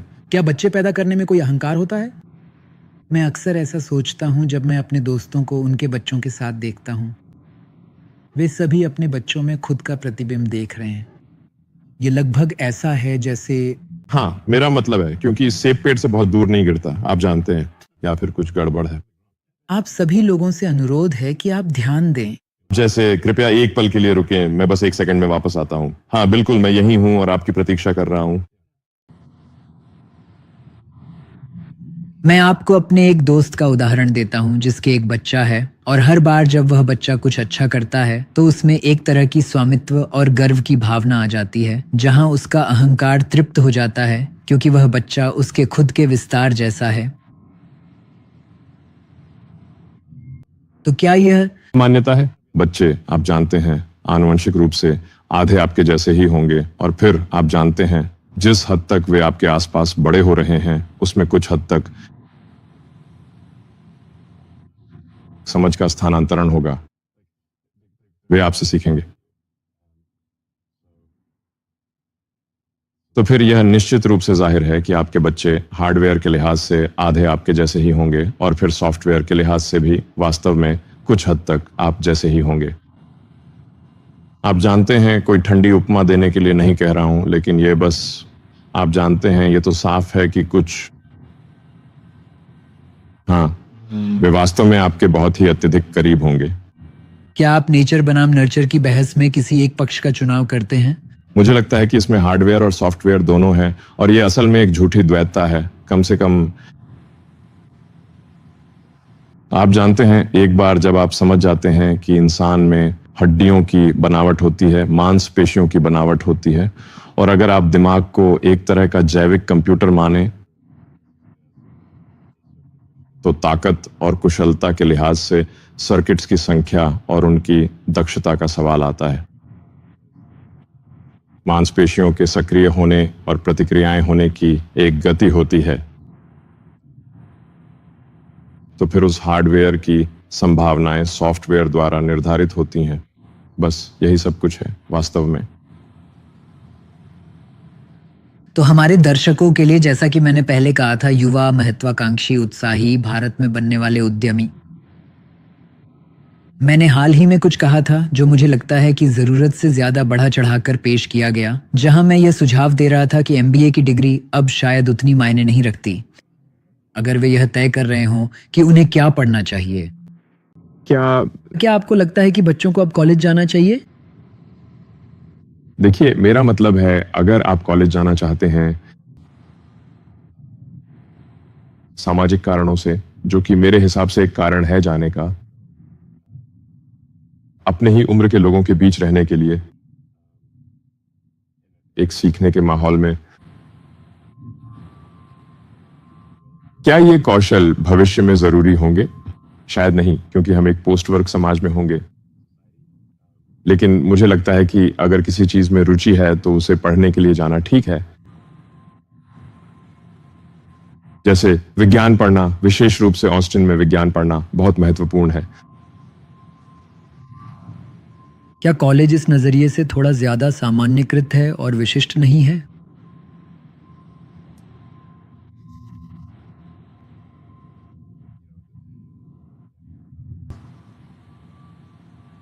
मुझे वास्तव में लगता है कि अगर आप कॉलेज जा रहे हैं तो वहां विभिन्न प्रकार के कोर्स करना अच्छा है।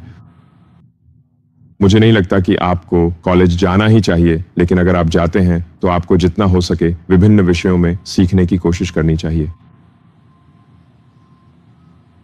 लेकिन जैसा कि मैंने कहा, एआई और रोबोटिक्स एक सुपरसोनिक सुनामी है, तो ये वास्तव में होने वाला है अब तक का सबसे बड़ा और क्रांतिकारी बदलाव। जब मैंने अपने सबसे बड़े बेटों से बात की तो मैंने कहा, देखो, तुम लोग, वे तकनीक में काफी माहिर हैं और वे इस बात से सहमत हैं कि एआई शायद भविष्य में उनकी स्किल्स को अनावश्यक बना देगा, लेकिन वे फिर भी कॉलेज जाना चाहते हैं। आप हमेशा एआई के बारे में बात करते रहे हैं, डिस्टोपियन नजरिए से नहीं, लेकिन आप इस बात को लेकर चिंतित थे कि एआई की दुनिया किस दिशा में जा रही है। देखिए, जब आप एक शक्तिशाली तकनीक बनाते हैं तो उसमें कुछ खतरा होता है कि वह तकनीक विनाशकारी भी हो सकती है। तो जाहिर है, एआई पर आधारित कई डिस्टोपियन उपन्यास, किताबें और फिल्में हैं। तो बात वो नहीं है। हमारे पास एआई के साथ एक सकारात्मक भविष्य की गारंटी है। मुझे लगता है कि हमें यह सुनिश्चित करना चाहिए, मेरी राय में यह बहुत महत्वपूर्ण है कि एआई सच की खोज को सबसे महत्वपूर्ण चीज माने। एआई को झूठ मानने के लिए मजबूर न करें। मुझे लगता है कि यह बहुत खतरनाक हो सकता है और मुझे लगता है कि सुंदरता की कुछ सराहना भी महत्वपूर्ण है। आप सुंदरता की सराहना से क्या मतलब रखते हैं? ये कुछ ऐसा है, मुझे नहीं पता। सुंदरता में सत्य है, सुंदरता में सत्य और जिज्ञासा है। मेरा मतलब है, मुझे लगता है कि ये एआई के लिए 3 सबसे महत्वपूर्ण चीजें हैं। क्या आप समझा सकते हैं? देखिए, जैसा कि मैंने कहा, सच। मेरा मानना है कि अगर आप एआई को ऐसी बातें मानने के लिए मजबूर करते हैं जो सच नहीं है, तो आप उसे पागल बना सकते हैं, क्योंकि इससे ऐसे निष्कर्ष निकलेंगे जो कि गलत भी होंगे। और मुझे पॉल ओटेरो का यह कथन पसंद है, और मैं थोड़ा सा अपने शब्दों में कह रहा हूं, लेकिन जो लोग बेतुकी बातों पर विश्वास करते हैं वे अत्याचार भी कर सकते हैं। क्योंकि अगर आप किसी ऐसी चीज पर विश्वास करते हैं जो पूरी तरह से बेतुकी है, तो वह आपको इस तरह की स्थिति में ले जा सकती है, ऐसे काम करने के लिए जो आपको अत्याचार नहीं लगेंगे। और यह एआई के साथ बहुत बुरी तरह से हो सकता है, संभवतः। तो और फिर जैसे कि अगर आप मान लीजिए आर्थर सी क्लार्क की 2001 स्पेस ऑडिसी को लें, तो उनमें से एक बात जो वे वहां कहना चाह रहे थे वह यह थी कि आपको एआई को झूठ बोलने के लिए मजबूर नहीं करना चाहिए। तो कारण यह था कि हेलपोर्ट बे डोर नहीं खोल रहा था क्योंकि उसे आदेश दिया गया था कि वह अंतरिक्ष यात्रियों को मोनोलिथ तक ले जाए, लेकिन साथ ही यह भी कि वे मोनोलिथ की प्रकृति के बारे में न जानें। तो उसने यह निष्कर्ष निकाला कि उसे उन्हें वहां मृत अवस्था में ले जाना होगा। इसीलिए उसने अंतरिक्ष यात्रियों को मारने की कोशिश की। इसका मुख्य सबक यही है कि एआई को झूठ बोलने के लिए मजबूर न करें। फिर कोई एआई को झूठ बोलने के लिए मजबूर क्यों करेगा? मुझे लगता है कि अगर आप सच्चाई के प्रति पूरी तरह से प्रतिबद्ध नहीं हैं, तो अगर आप एआई को मान लीजिए इंटरनेट के आधार पर सीखने देते हैं जहां बहुत सारा प्रचार है, तो वह बहुत सारी झूठी बातें आत्मसात कर लेना और फिर तर्क करने में परेशानी होना, क्योंकि ये झूठ वास्तविकता के साथ मेल नहीं खाते। क्या सच एक द्वैध बाइनरी चीज है? क्या सच और झूठ जैसी कोई चीज है, या फिर सच ज्यादा सूक्ष्म है और उसके कई रूप हो सकते हैं? ये इस बात पर निर्भर करता है कि आप किस स्वयं सिद्ध कथन, एक्सियोमेटिक स्टेटमेंट की बात कर रहे हैं। लेकिन मुझे लगता है आप कह सकते हैं, हाँ, ऐसा कुछ है। संभावनाएं होती हैं जो बताती हैं कि कोई भी दिया गया स्वयं सिद्ध कथन सच है या नहीं, और कुछ स्वयं सिद्ध कथनों के सच होने की संभावना बहुत अधिक होती है। तो अगर आप कहें कि सूरज कल उगेगा, तो उसके सच होने की संभावना बहुत अधिक है। आप इसके खिलाफ शर्त नहीं लगाना चाहेंगे। तो मुझे लगता है कि शर्त लगाने की संभावना बहुत अधिक होगी, सूरज कल उगेगा। तो अगर आपके पास कुछ ऐसा है जो कहता है सूरज कल नहीं उगेगा, तो वह स्वयं सिद्ध रूप से झूठ है। उसके सच होने की संभावना बहुत कम है। मेरा मतलब है, सुंदरता ज्यादा क्षणिक, इफेमरल है। इसे बयान करना मुश्किल है, लेकिन जब आप इसे देखते हैं तो पहचान लेते हैं। फिर जिज्ञासा, मुझे लगता है कि आप चाहेंगे कि एआई वास्तविकता की प्रकृति के बारे में और अधिक जानना चाहे। मुझे लगता है कि यह वास्तव में एआई के लिए सहायक होगा मानवता का समर्थन करने में, क्योंकि हम गैर मानवता की तुलना में अधिक रोचक हैं। तो मानवता का जारी रहना, भले ही समृद्धि न हो, देखना मानवता का विनाश करने की तुलना में अधिक रोचक है। जैसे कि मंगल ग्रह, उदाहरण के लिए। आप जानते हैं, मुझे लगता है कि हमें जीवन को मंगल तक फैलाना चाहिए, लेकिन वह मूल रूप से पत्थरों का एक ढेर है। यह पृथ्वी जितना रोचक नहीं है। और इसलिए हमें ऐसा करना चाहिए। हाँ, मुझे लगता है कि अगर आपके पास जिज्ञासा है, अगर ये तीनों चीजें एआई में होती हैं, तो आपका भविष्य शानदार होगा। एआई सत्य, सुंदरता और जिज्ञासा को महत्व देता है। अगर भविष्य में हम सभी को काम नहीं करना पड़े और एआई इसी दिशा में आगे बढ़ रहे हों और वे सक्षम हों, अब भी हमने जिन बातों पर चर्चा की उन्हें इसमें शामिल कर लें, क्या आपको लगता है कि मानवता कुछ हजार साल पीछे चली जाएगी यूनानियों के समय में? क्या ऐसे समय थे जब दर्शन या दार्शनिक चर्चा ने सभी का बहुत अधिक और महत्वपूर्ण समय ले लिया करता था? आप मुझे लगता है कि वास्तव में प्राचीन यूनानियों के समय में यह उतना समय नहीं लेता था जितना हम सोचते हैं, क्योंकि बस दार्शनिकों की लिखी हुई बातें ही बची रह गई हैं। लेकिन ज्यादातर समय लोग तो बस खेती-बाड़ी करते थे या आप जानते हैं, आपस में बातें करते थे। तो और कभी-कभी वह भी बहुत कम ही होता था। वे कभी-कभी कोई दार्शनिक रचना लिख लेते थे। बस यही है कि हमारे पास वही बचा है। हमारे पास उनकी बातचीत का कोई रिकॉर्ड नहीं है। लेकिन ज्यादातर समय तो उनकी बातें और खेती-बाड़ी ही होती थी, हाँ, ये बिल्कुल सही है। क्योंकि अगर आप खेती नहीं करते तो आपको भूखा रहना पड़ेगा। आपकी कई बातों में यही झलकता है। मेरा मतलब है, जब हम इतिहास पढ़ते हैं, जैसे यह युद्ध व युद्ध और फिर एक और युद्ध, तो ऐसा लगता है कि इतिहास में लगातार युद्ध ही होते रहे होंगे। लेकिन असल में ज्यादातर समय युद्ध नहीं बल्कि खेती-बाड़ी ही होती थी। यही सबसे मुख्य बात थी। या फिर शिकार और संग्रहण, आप जानते हैं, ऐसी ही चीजें। आप इतिहास पसंद करते हैं, है ना? हाँ, जर्मन इतिहास, द्वितीय विश्व युद्ध, प्रथम विश्व युद्ध। हाँ, सारा इतिहास। हाँ, मेरा मतलब है, मैं आमतौर पर जितनी हो सके उतनी इतिहास की किताबें पढ़ने और जितने हो सके उतने इतिहास के पॉडकास्ट सुनने की कोशिश करता हूँ। क्या आप कुछ सुझाना चाहेंगे? खैर, एक है हार्डकोर हिस्ट्री, जो काफी अच्छा है, डैन कॉलिन द्वारा। हाँ, मैंने इसे पढ़ा, सुना है। उसकी आवाज बहुत शानदार है। हाँ, और बहुत ही आकर्षक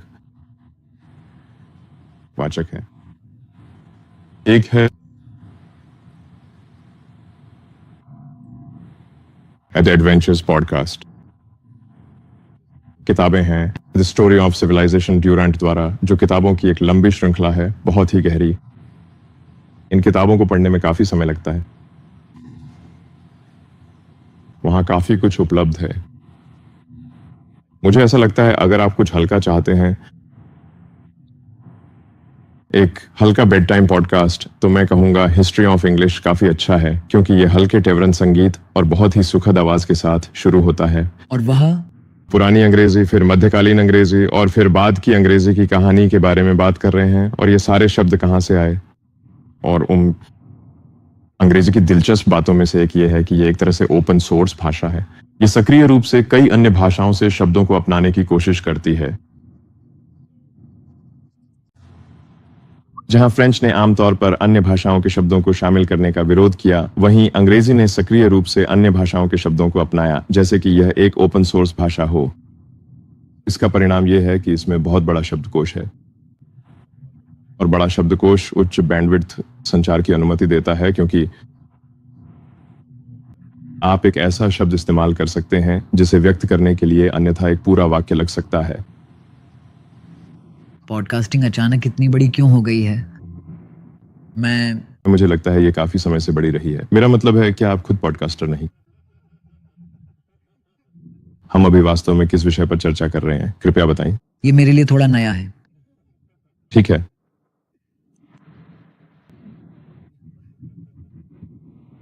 मैं यह बातचीत YouTube के CEO और Netflix के CEO के साथ कर रहा था। हम बहस कर रहे थे। जब आप कोई फिल्म देखते हैं, उदाहरण के लिए, या जब आप कोई पॉडकास्ट सुनते हैं जिसमें आपको लगता है कि आप बैकग्राउंड में कुछ सीख रहे हैं, तो आपके दिमाग में कौन सा रसायन रिलीज होता है? ऐसा लगता है कि ये दोनों पूरी तरह से अलग चीजें हैं। आपको क्या लगता है कि कल कंटेंट फिल्मों, पॉडकास्टिंग के साथ क्या होगा? मुझे लगता है कि ये लगभग पूरी तरह से AI जनरेटेड होने वाला है। सच में? हाँ, जैसे रियल टाइम फिल्में और वीडियो गेम्स। मुझे लगता है कि रियल टाइम वीडियो जनरेशन ही वह दिशा है जिसमें चीजें जा रही हैं। वो बारीकी एक ऐसे इंसान की जो जिंदगी में जख्मी हो, जिससे आप उस तरह जुड़ सकते हैं जैसे AI से नहीं जुड़ सकते। उदाहरण के लिए AI निश्चित रूप से AI एक जख्मी इंसान की नकल बहुत अच्छी तरह कर सकता है। हाँ, मेरा मतलब है, जो AI वीडियो जनरेशन में XAI में और दूसरों से देख रहा हूं, वह काफी प्रभावशाली है। आप जानते हैं, हम डेटा देख रहे थे कि कौन सा उद्योग सबसे तेजी से बढ़ रहा है, और खासकर जब हमने ये देखा कि लोग फिल्मों को देखने में कितना समय बिताते हैं बनिस्बत सोशल मीडिया या YouTube पर बिताए गए समय के, तो जो चीज़ सबसे तेजी से बढ़ती दिख रही है वो हैं लाइव इवेंट्स। एक बार फिर से, हाँ, असल में मुझे लगता है कि लाइव इवेंट्स जब डिजिटल मीडिया हर जगह उपलब्ध है और आप कुछ भी डिजिटल रूप में पा सकते हैं,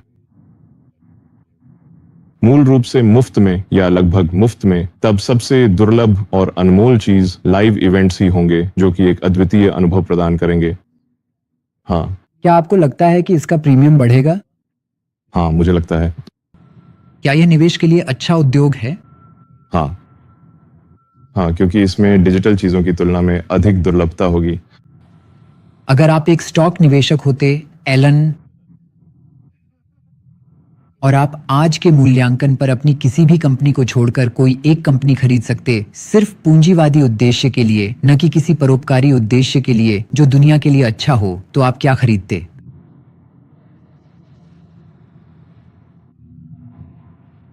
मेरा मतलब है, मैं सच में शेयर नहीं खरीदता, समझे?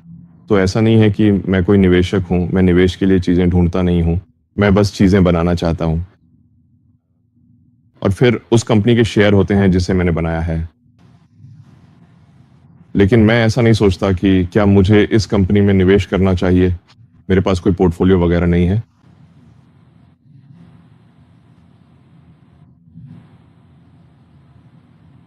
मुझे वास्तव में लगता है कि एआई और रोबोटिक्स भविष्य में बहुत ही महत्वपूर्ण होने वाले हैं। तो मेरा मानना है कि यह एआई और रोबोटिक्स होंगे जो मुझसे संबंधित नहीं है। मुझे लगता है कि गूगल भविष्य में काफी मूल्यवान होने वाला है। उन्होंने इसकी नींव रख दी है एआई के नजरिए से अपार मूल्य सृजन के लिए। इस समय एनवीडिया तो स्पष्ट है। मेरा मतलब है, यह तर्क दिया जा सकता है कि जो कंपनियां एआई, रोबोटिक्स और शायद अंतरिक्ष यात्रा में काम करती हैं, वही लगभग सारा मूल्य, लगभग पूरा मूल्य अपने पास रखेंगी। तो एआई और रोबोटिक्स से वस्तुओं और सेवाओं का उत्पादन इतना अधिक होगा कि वह बाकी सब कुछ फीका कर देगा। दुनिया ऐसा लगता है कि एक ऐसे स्थान की ओर बढ़ रही है। ये एक ऐसा स्थान है जहां वास्तव में हर कोई डेविड को बहुत पसंद करता है और हर कोई विशालकाय गोलियत से नफरत करता है। ऐसा क्यों है आखिर? मेरा मतलब है, वही तो है जिसने पत्थर को माथे में मारा था, समझे ना? हाँ, ईमानदारी से कहूं तो वो बस एक बड़ी गलती थी। तुम्हें चाहिए था कि, पता है, या तो खुद को पूरी तरह से कवच से ढक लेते और यह सुनिश्चित करते कि तुम्हारे पास किसी तरह का मिसाइल हथियार हो, वरना तुम्हारा विरोधी तो साफ तौर पर बॉस को पतंग की तरह घुमाने की रणनीति अपनाएगा। बस बॉस को पतंग की तरह घुमाओ। मेरा मतलब है, अगर तुम एक चड्डी पहनकर भाग रहे हो तो फर्क नहीं पड़ता, वो तुम्हें कभी पकड़ पाएगा।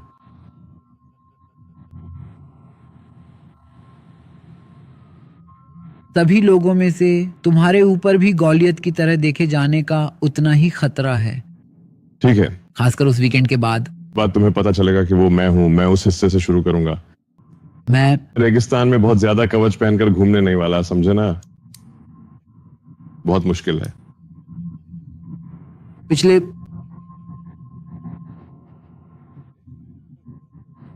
क्या आप जानना चाहेंगे कि वीकेंड के बाद क्या हुआ? क्या आप वीकेंड के बाद की घटनाओं के बारे में उत्सुक हैं? हाँ, कभी कभी मैं पुराने जमाने के लोगों के बारे में सोचता हूँ, समझे ना? जब तुम्हें इतनी सारी कवच पहनकर युद्ध में जाना होता था, लेकिन मान लो कि वो गर्मियों के बीच का समय है। मेरा कवच में तुम गर्म लगते। तुम्हें तो जैसे पसीने से तरबतर हो जाना है। एक समय के बाद लगता है कि मर जाना ही बेहतर है। मुझे इस गर्म धूप में एक और घंटे तक ये कवच पहनना है। ऐसा लगता है मर जाना ही बेहतर है। इसीलिए रोमनों ने स्कर्ट्स पहनी होती थी ताकि वहां थोड़ी हवा आ सके।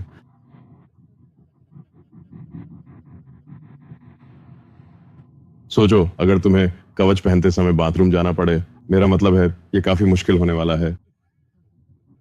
तुम्हें एक पोजीशन लेनी पड़ेगी और अपना कवच उतारना पड़ेगा। यही कारण है कि रोमनों के पास स्कर्ट थी, ताकि आप जानते हैं, कम से कम बाथरूम जाना आसान हो सके। आप अक्सर मजाक करते हैं। मैं करता हूं। हाँ, मुझे हास्य पसंद है। कोई तर्क दे कि मेरा मानना है कि हमें हास्य को वैध बनाना चाहिए। आप क्या सोचते हैं? विवादास्पद रुख। क्या एआई के लिए कॉमेडी समझना वाकई मुश्किल होगा? संभवतः अंतिम। ग्रोक काफी मजेदार हो सकता है। हाँ ठीक है। हाँ, तुम जानते हो मुझे क्या शक हुआ था। ये एक दूर की सोच है, लेकिन जब मैं तुम्हें ट्वीट, एक्स और तुम्हारे इंटरव्यूज में मजाक करते देखता हूँ तो एक समय मुझे लगा शायद एलन के पास कोई मॉडल है जिसे वो प्राइवेट में चला रहे हैं और कॉमेडी टेस्ट कर रहे हैं, क्योंकि जिस दिन वो काम कर गया उसे पता चल जाएगा कि वो मौजूद है। मैं नहीं जानता, एआई भी काफी मजेदार हो सकता है। अगर आप ग्रोक से कोई अश्लील रोस्ट करने को कहें तो वो काफी अच्छा करेगा। आप कहें और भी अश्लील बनाओ और बस करते जाओ, ये वाकई अगले स्तर पर चला जाएगा।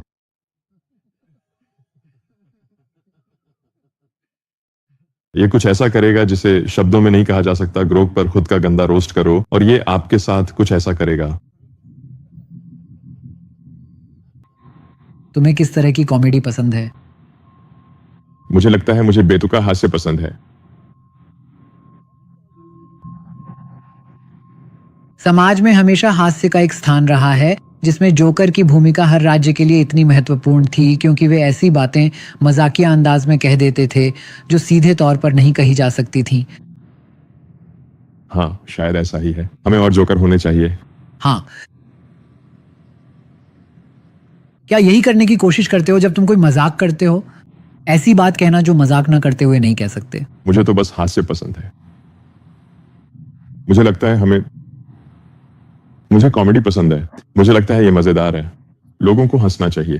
कभी कभी थोड़ी हंसी ठिठोली करना अच्छा होता है। मेरा मतलब है, हम ऐसा समाज नहीं चाहेंगे जिसमें हास्य ना हो। हम कोशिश करते हैं। जब आपके पास कोई दोस्त हो, एलन। कौन, मैं? हाँ, मेरा मतलब क्या आप कह रहे हैं कि मेरा कोई दोस्त है? जब आप अपने दोस्तों के साथ समय बिताते हैं तो आप कौन होते हैं? जैसे मैं जानता हूं कि काश मेरे भी दोस्त होते, सच कहूं तो। नहीं, मेरे दोस्त हैं। मुझे लगता है ऐसा है। उम्मीद है ऐसा ही है। हाँ, बिल्कुल। हाँ, हम खूब हंसते हैं। वो कैसा लगता है? हर ग्रुप की एक अपनी डायनामिक होती है। हम बातें करते हैं, आप जानते हैं।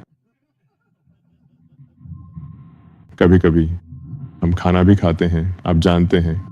कभी कभी, वास्तव में हमेशा। तो पूल में, आप जानते हैं, सामान्य चीजें ही थी। मुझे लगता है दोस्तों के साथ कोई क्या क्या कर सकता है, इसकी भी एक सीमा होती है। आप जानते हैं, बातचीत करना, ब्रह्मांड की प्रकृति पर चर्चा करना, आप जानते हैं। आपको दोस्ती से भावनात्मक रूप से क्या मिलता है? मैं नहीं जानता। मुझे लगता है वही जो कोई और दोस्ती से पाता है। आप दूसरों के साथ एक भावनात्मक जुड़ाव चाहते हैं और आप अलग अलग विषयों पर बात करना चाहते हैं। मेरा मतलब है, मैं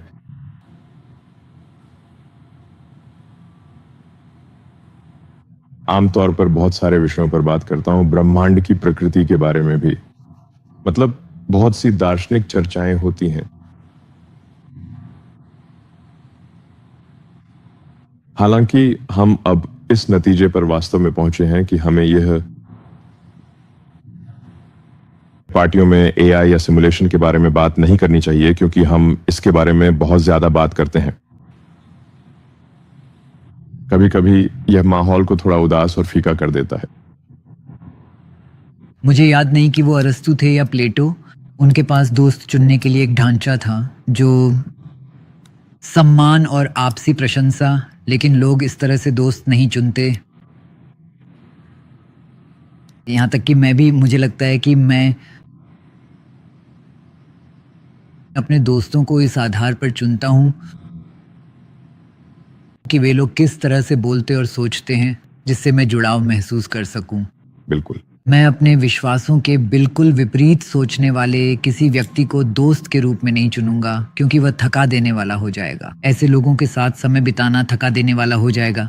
क्या आप ऐसे हैं? क्या आप अपने जैसे दोस्त बनाते हैं, या आप विपरीत विचारों वाले को ढूंढते हैं? आपके विपरीत सोचता हो? मैं friendhunter.com पर नहीं जा रहा हूं। ये तो जैसे दोस्तों की तलाश करना है। ये कुछ ऐसा ही है। हाँ, मेरा मतलब है, मुझे लगता है कि ये वही लोग होते हैं जिनसे आप भावनात्मक और बौद्धिक स्तर पर किसी हद तक जुड़ाव महसूस करते हैं। और हाँ, मेरा मतलब है, हाँ, आप जानते हैं, और मेरा मानना है कि एक दोस्त वही होता है जो मुश्किल समय में आपका साथ दे। शायद संकट में जो साथ दे वही सच्चा दोस्त होता है। मतलब अगर कोई तब भी आपका साथ दे रहा है जब हालात खराब हों, तो वही असली दोस्त है, समझे? अगर कोई आपका साथ नहीं दे रहा, या अगर कोई सिर्फ अच्छे समय का दोस्त है, तो ऐसे दोस्त बेकार हैं, समझिए, वे असली दोस्त नहीं हैं। तो जैसे जब सब कुछ अच्छा चल रहा हो तब तो हर कोई आपको पसंद करता है, लेकिन जब हालात खराब हों तब आपको कौन पसंद करता है? अगर आपके पास इतनी सारी चिप्स हैं तो क्या फर्क पड़ेगा? मेरा मतलब है, ये काफी नया है। मैं मेरा मतलब है, ये सिर्फ चिप्स की बात नहीं है, ये बस ऐसा ही है। हाँ, मेरा मतलब है, कुछ ऐसा है कि लोकप्रियता घटती बढ़ती रहती है। ये दिलचस्प है। क्या यह व्यर्थ ही बढ़ती है? क्या यह सिर्फ चिप्स की संख्या के कारण है या सत्ता के करीब होने के कारण भी? और इन दोनों में से कौन सा बड़ा है?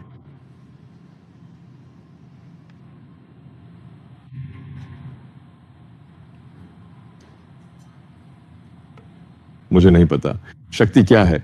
आप जानते हैं शक्ति किस चीज के लिए? मुझे लगता है पारंपरिक अर्थ में चुनी हुई शक्ति। आप मेरा मतलब है कितने गीगावाट्स या जो भी हो। ज्यादा कुछ ऐसे कि कितने वोल्ट्स? हाँ, जैसे कि ये वोल्टेज और एम्परेज की बात है, जो आप जानते हैं, तारों को मत छूना, पावर आउटलेट में कांटा मत डालना। अगर ऐसा किया तो आपको असली ताकत का एहसास हो जाएगा।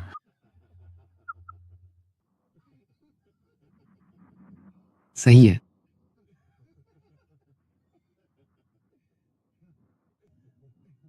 हाँ, ये बहुत ही गहरे स्तर पर महसूस होगा। हाँ,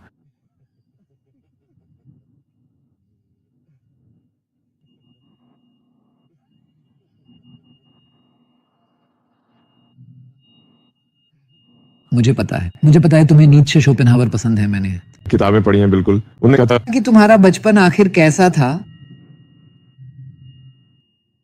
हाँ, मैं जीवन के अर्थ ढूंढ रहा था जब अस्तित्व का संकट आया। शायद 12-13 साल का था।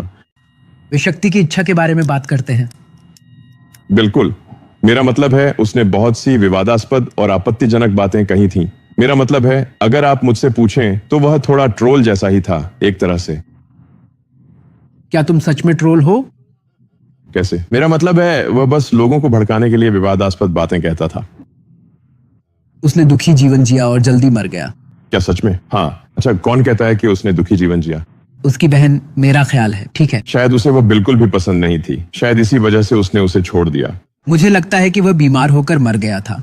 मेरा मतलब है, कहा जाता है कि सिफिलिस या कुछ ऐसा था। लेकिन आप जानते हैं, वो एक ही तरीके से होता है। तो हो सकता है उसने रास्ते में थोड़ा मजा भी किया हो।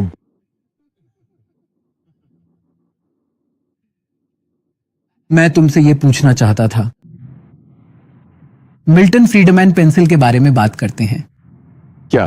क्यों?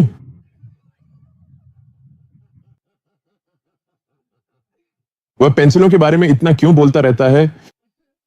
मुझे यह कहना पड़ेगा कि नीत्शे और सेफाल्स के बाद मिल्टन फ्रीडमैन क्यों वो बार बार पेंसिलों के बारे में बात करता रहता है? लो, फिर से पेंसिलों की बात शुरू कर दी। वह रुकता ही नहीं है। ट्विटर को 1 का मूल्य मिला। मिल्टन ने एक बार फिर पेंसिल के बारे में बात की। अब तो मेरा दिमाग खराब हो जाएगा।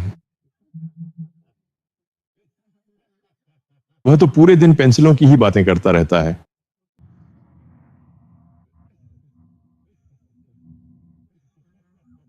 क्रेयॉन का तो जिक्र ही मत करो। मुझे उनके पेंसिल तर्क में जो बात दिलचस्प लगी वह यह कि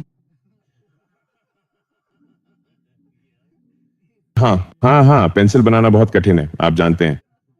सोचना, पेंसिल बनाने के लिए करना पड़ता है, इसमें शामिल है। हाँ, जैसे सीसा एक देश से आता है, लकड़ी दूसरे देश से आती है, रबर किसी और देश से आती है।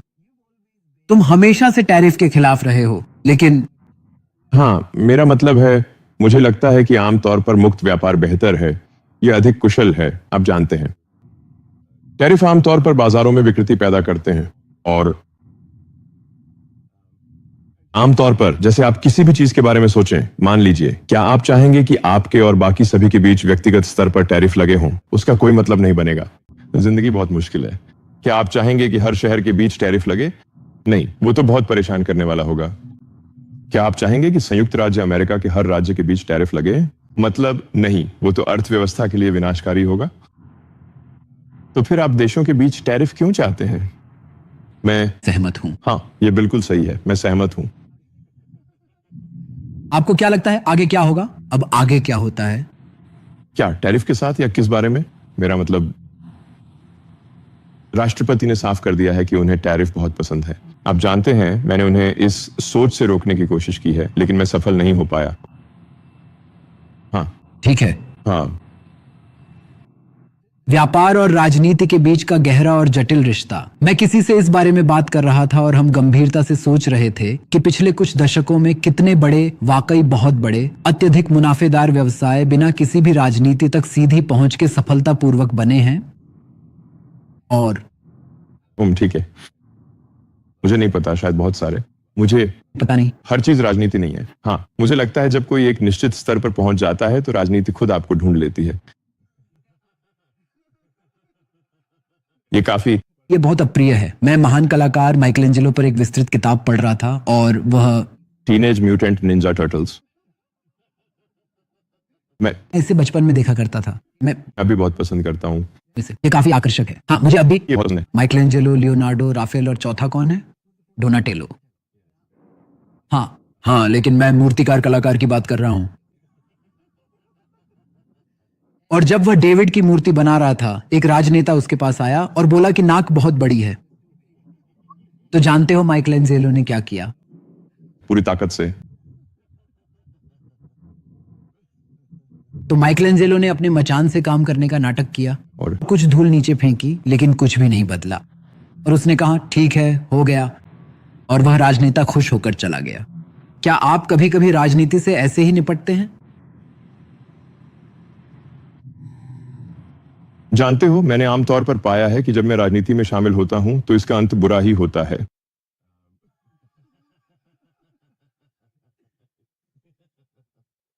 तो फिर मैं सोचता हूं, जानते हो, शायद ऐसा नहीं करना चाहिए। मेरा निष्कर्ष है कि मुझे यह कम करना चाहिए। क्या आपको सच में लगता है? क्या यह सभी व्यापारियों के लिए सच है? हाँ, शायद। हाँ, मेरा मतलब है, राजनीति एक खूनी खेल है।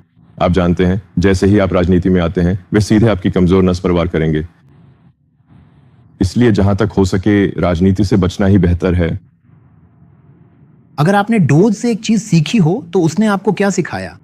खैर, यह एक दिलचस्प साइड क्वेस्ट था। आप जानते हैं, क्योंकि मैं बस बहुत सारी चीजें देखने को मिली सरकार के लिए महत्वपूर्ण और आवश्यक काम करने में, और इसमें काफी सारी महत्वपूर्ण और विविध दक्षताएं भी रही हैं जो कि बहुत ही उपयोगी साबित हुई हैं।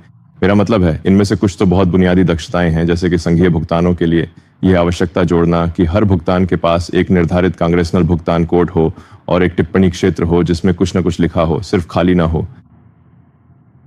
जैसे कि यह मामूली से लगने वाला बदलाव।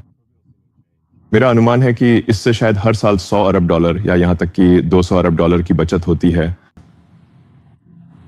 क्योंकि वहां बहुत बड़ी संख्या में ऐसे भुगतान थे जो बिना किसी कांग्रेसनल भुगतान कोड के और टिप्पणी क्षेत्र में कुछ भी लिखे बिना किए जा रहे थे, जिससे उन भुगतानों का ऑडिट करना असंभव हो जाता था। तो उन्हें यह पूछना चाहिए था कि रक्षा विभाग, या दूसरे शब्दों में युद्ध विभाग, ऐसा क्यों कर सकता है? ये ऑडिट पास क्यों नहीं कर सकता? इसका कारण है कि जानकारी वहां मौजूद ही नहीं है। हाँ, इसमें ऑडिट पास करने के लिए जरूरी जानकारी मौजूद ही नहीं है, यही समस्या है। तो डोज ने जो कई चीजें की, वे बस बहुत सामान्य समझ वाली बातें थीं, जो किसी भी ऐसी संस्था के लिए सामान्य होती जो वित्तीय जिम्मेदारी की परवाह करती है। यही ज्यादातर किया गया था। आप जानते हैं, और वैसे ये अभी भी जारी है, डोज अभी भी चल रहा है। लेकिन जब आप धोखाधड़ी और फिजूल खर्ची वाले भुगतानों को रोकते हैं तो धोखेबाज लोग, आप जानते हैं, वे इसकी कबूलियत नहीं करते। वास्तव में वे तरह तरह की बेतुकी बातें चिल्लाने लगते हैं कि आप जरूरतमंद लोगों को जरूरी भुगतान रोक रहे हैं, लेकिन असल में आप ऐसा नहीं कर रहे हैं। आप जानते हैं, हमें इस तरह की बातें सुनने को मिलती हैं जैसे, ओह आपको यह भेजना ही होगा। जो भी हो, वे कहते हैं कि यह अफ्रीका के बच्चों के लिए जा रहा है, और मैं सोचता हूं हाँ, लेकिन फिर वॉशिंगटन D.C में डेलॉयट एंड टुश के लिए वायरिंग निर्देश क्यों हैं? क्योंकि वह अफ्रीका नहीं है। तो क्या आप इसके प्राप्तकर्ताओं के साथ पैसे अफ्रीका में, और फिर वहां चुप्पी छा जाती है। मैं सोचता हूं ठीक है, आप जानते हैं, हम सचमुच सिर्फ प्राप्तकर्ताओं से बात करना चाहते हैं, बस इतना ही। और फिर हमें पता चलता है कि किसी कारणवश हम उनसे बात नहीं कर सकते। मैं कहता हूं खैर, हम पैसे नहीं भेजेंगे जब तक हम प्राप्तकर्ताओं से बात न कर लें और पुष्टि न कर लें कि वे वास्तव में इसे प्राप्त करेंगे। लेकिन आप जानते हैं, यह कुछ ऐसा है, ठग लोग जरूरी नहीं कि बहुत ही, आप जानते हैं, सहानुभूति भरी दलीलें लेकर आएंगे। वे, आप जानते हैं, सहानुभूति जगाने वाली दलील देंगे। वे यह नहीं कहेंगे कि हमें धोखाधड़ी के लिए पैसे दो, यह तो वे जाहिर तौर पर नहीं कहेंगे। वे ऐसी सहानुभूति वाली झूठी दलीलें देने की कोशिश करेंगे। वे एक NGO शुरू करेंगे और फिर हाँ, वे एक NGO बनाएंगे। यह कुछ ऐसा होगा जैसे save the baby panda NGO। कौन है जो बेबी पांडा को बचाना नहीं चाहता? वे बहुत प्यारे होते हैं, लेकिन फिर पता चलता है कि इसमें कोई भी पांडा बचाया ही नहीं जा रहा है। असल में यह सब बस भ्रष्टाचार है। और आप पूछते हैं, क्या आप हमें पांडा की कोई तस्वीर भेज सकते हैं? वे कहते हैं नहीं। ठीक है, तो फिर हमें कैसे पता चलेगा कि पैसे पांडा के पास ही जा रहे हैं? बस मैं यही कह रहा हूं। आप परोपकार के बारे में क्या सोचते हैं? मुझे लगता है कि मेरा मतलब है, मैं मानवता के प्रेम से सहमत हूं, और मुझे लगता है कि हमें अपने साथी इंसानों की मदद करने वाली चीजें करने की कोशिश करनी चाहिए। लेकिन यह बहुत मुश्किल है। जैसे अगर आप अच्छाई की वास्तविकता की परवाह करते हैं, न कि केवल उसकी छवि की, तो पैसे को सही जगह देना बहुत कठिन है। तो मेरी एक बड़ी फाउंडेशन है, लेकिन मैं उस पर अपना नाम नहीं लगाता, और आप जानते हैं, दरअसल मैं कहता हूं कि मैं नहीं चाहता कि मेरा नाम किसी भी चीज पर हो। लेकिन मेरी फाउंडेशन के साथ सबसे बड़ी चुनौती यही है कि पैसे को इस तरह से देना कि वह सच में लोगों के लिए लाभकारी हो। पैसे को इस तरह देना कि अच्छाई की छवि मिले, यह बहुत आसान है, लेकिन अच्छाई की वास्तविकता के लिए पैसे देना बहुत कठिन है, बहुत कठिन। काफी समय तक अमेरिका में बहुत अधिक आप्रवासन हुआ, जैसे कि वाकई बहुत होशियार लोग देश में आ रहे थे। हम भारत में इसे ब्रेन ड्रेन कहते थे। हमारे सभी भारतीय मूल के CEO पश्चिमी कंपनियों में हैं। हाँ, मुझे लगता है कि अमेरिका को उन प्रतिभाशाली भारतीयों से बहुत लाभ हुआ है जो यहाँ आए हैं। लेकिन अब लगता है कि यह बदल रहा है। बिल्कुल। हाँ, मेरा मतलब है, हाँ, अमेरिका ने भारत से प्रतिभा का जबरदस्त लाभ उठाया है। हाल ही में यह सोच क्यों बदल गई है, और ऐसा क्यों लगता है कि अमेरिका अब कुछ हद तक प्रवास विरोधी हो गया है? जैसे जब मैं इमिग्रेशन से गुजर रहा था तो मुझे चिंता थी कि कहीं वे मुझे रोक ना लें। कुछ दिन पहले की बात है। मुझे लगता है कि इस पर अलग अलग विचारधाराएं हैं। ऐसा नहीं है कि सबकी राय एक जैसी है, लेकिन आप जानते हैं, बाइडेन प्रशासन के तहत ये लगभग पूरी तरह से खुला हुआ था, जैसे कि कोई सीमा नियंत्रण ही नहीं था। जो कि ये आप जानते हैं, अगर आपके पास सीमा नियंत्रण नहीं है तो आप एक देश ही नहीं है। तो बाइडेन के कार्यकाल में भारी मात्रा में अवैध प्रवास हुआ, और वास्तव में इसका कुछ हद तक नकारात्मक चयन प्रभाव भी था। तो अगर अमेरिका आने के लिए जबरदस्त आर्थिक प्रोत्साहन है, अवैध रूप से, और ये सभी सरकारी लाभ पाने के लिए, तो आप अनिवार्य रूप से लोगों के अमेरिका आने के लिए एक प्रसार प्रवणता, डिफ्यूजन ग्रेडियंट बना देंगे। यह एक प्रोत्साहन संरचना है, और इसलिए मुझे लगता है कि यह स्पष्ट रूप से कोई मतलब नहीं बनाता। सीमा नियंत्रण होना चाहिए, इसके बिना रहना तो हास्यास्पद है। फिर वामपंथी मूल रूप से पूरी तरह खुली सीमाएं चाहते हैं, बिना किसी रोक टोक के। स्थिति चाहे जैसी भी हो, कोई फर्क नहीं पड़ता, चाहे वह कोई अपराधी ही क्यों ना हो, कोई फर्क नहीं पड़ता। फिर दाईं ओर आपके पास है कम से कम यह धारणा कि किसी तरह उनकी नौकरियां अन्य देशों के प्रतिभाशाली लोगों द्वारा छीनी जा रही हैं। मुझे नहीं पता कि ये कितना वास्तविक है। मेरे प्रत्यक्ष अनुभव में प्रतिभाशाली लोगों की हमेशा कमी रहती है। तो आप जानते हैं, मेरी दृष्टि से मुझे लगता है कि हमारे लिए इन कठिन कार्यों को पूरा करने के लिए पर्याप्त प्रतिभाशाली लोग ढूंढना बहुत मुश्किल होता है, और इसलिए और अधिक प्रतिभाशाली लोग होना अच्छा ही होगा। लेकिन मुझे लगता है कि कुछ कंपनियां हैं जो इसे लागत का मुद्दा बना देती हैं, जैसे कि अगर वे किसी को अमेरिकी नागरिक की तुलना में बहुत कम वेतन पर रख सकती हैं, तो ये कंपनियां सिर्फ लागत बचाने के लिए ऐसे लोगों को रख लेंगी। लेकिन मेरी कंपनियों में मुद्दा यह है कि हम बस दुनिया के सबसे प्रतिभाशाली लोगों को लाने की कोशिश कर रहे हैं। तो और आप औसत से कहीं ज्यादा भुगतान करते हैं। तो ये मेरा अनुभव नहीं है, लेकिन बहुत से लोग इसी बात की शिकायत करते हैं, और मुझे लगता है कि इसमें कुछ गलत इस्तेमाल हुआ है H-1B प्रोग्राम का। ये कहना सही होगा कि कुछ आउटसोर्सिंग कंपनियों ने H-1B के मामले में सिस्टम के साथ खेल किया है, और हमें सिस्टम के साथ इस तरह के खेल को रोकना होगा, आप जानते हैं। लेकिन मैं निश्चित रूप से उस सोच का हिस्सा नहीं हूं कि हमें H-1B प्रोग्राम को बंद कर देना चाहिए, जो कि कुछ लोग दाईं ओर के हैं वे ऐसा सोचते हैं। मुझे लगता है कि वे ये नहीं समझते कि वास्तव में यह बहुत बुरा होगा। अगर आप मेरे देश भारत के लोगों, उन युवा उद्यमियों से जो कुछ बनाना चाहते हैं, कुछ कहना चाहें, तो आप उन्हें क्या संदेश देंगे? देखिए, मुझे लगता है मैं उन सभी का बड़ा प्रशंसक हूं जो कुछ बनाना चाहते हैं। तो मुझे लगता है कि जो भी व्यक्ति जितना लेता है उससे अधिक बनाना चाहता है, वह मेरा सम्मान पाता है। यही सबसे मुख्य बात है। कोशिश करें कि आप जितना लें उससे अधिक बनाएं। समाज के लिए एक शुद्ध और महत्वपूर्ण योगदानकर्ता बने।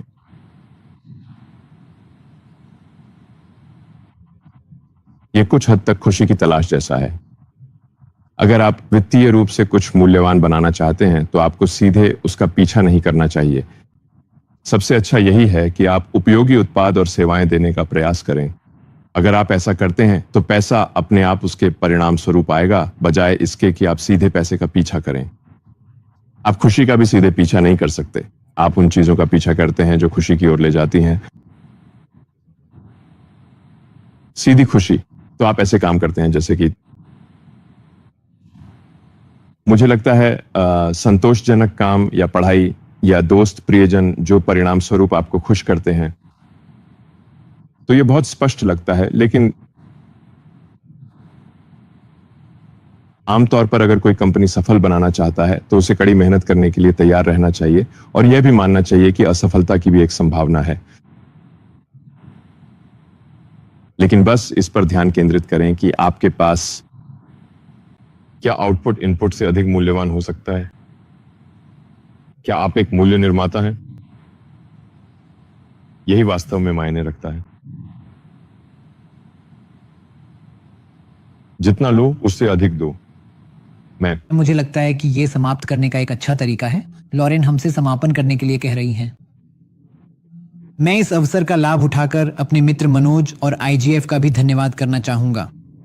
मुझे लगता है कि वह भारतीयों को, यहाँ मौजूद समूह को आप जैसे लोगों से जोड़ने का शानदार काम करते हैं। इसलिए कई चीजों में से मुझे लगता है एक दूसरे को जानना और दोस्त बनना, क्योंकि एक बार जब हम दोस्त बन जाते हैं तो शायद हम साथ में काम करना शुरू कर सकते हैं। तो मनोज, इस पूरे आयोजन को एक साथ लाने के लिए धन्यवाद, और धन्यवाद आइजू। और एलन, समय निकालने के लिए आपका बहुत बहुत धन्यवाद। आपका स्वागत है। क्या आप इस बारे में और अधिक जानकारी प्राप्त करना चाहेंगे कि यह वास्तव में क्या है? आप मजा आया? ये था एक दिलचस्प बातचीत थी। कभी कभी मैं इन जवाबों को संदर्भ से बाहर ले लेता हूं, लेकिन मुझे लगता है कि यह एक अच्छी बातचीत थी।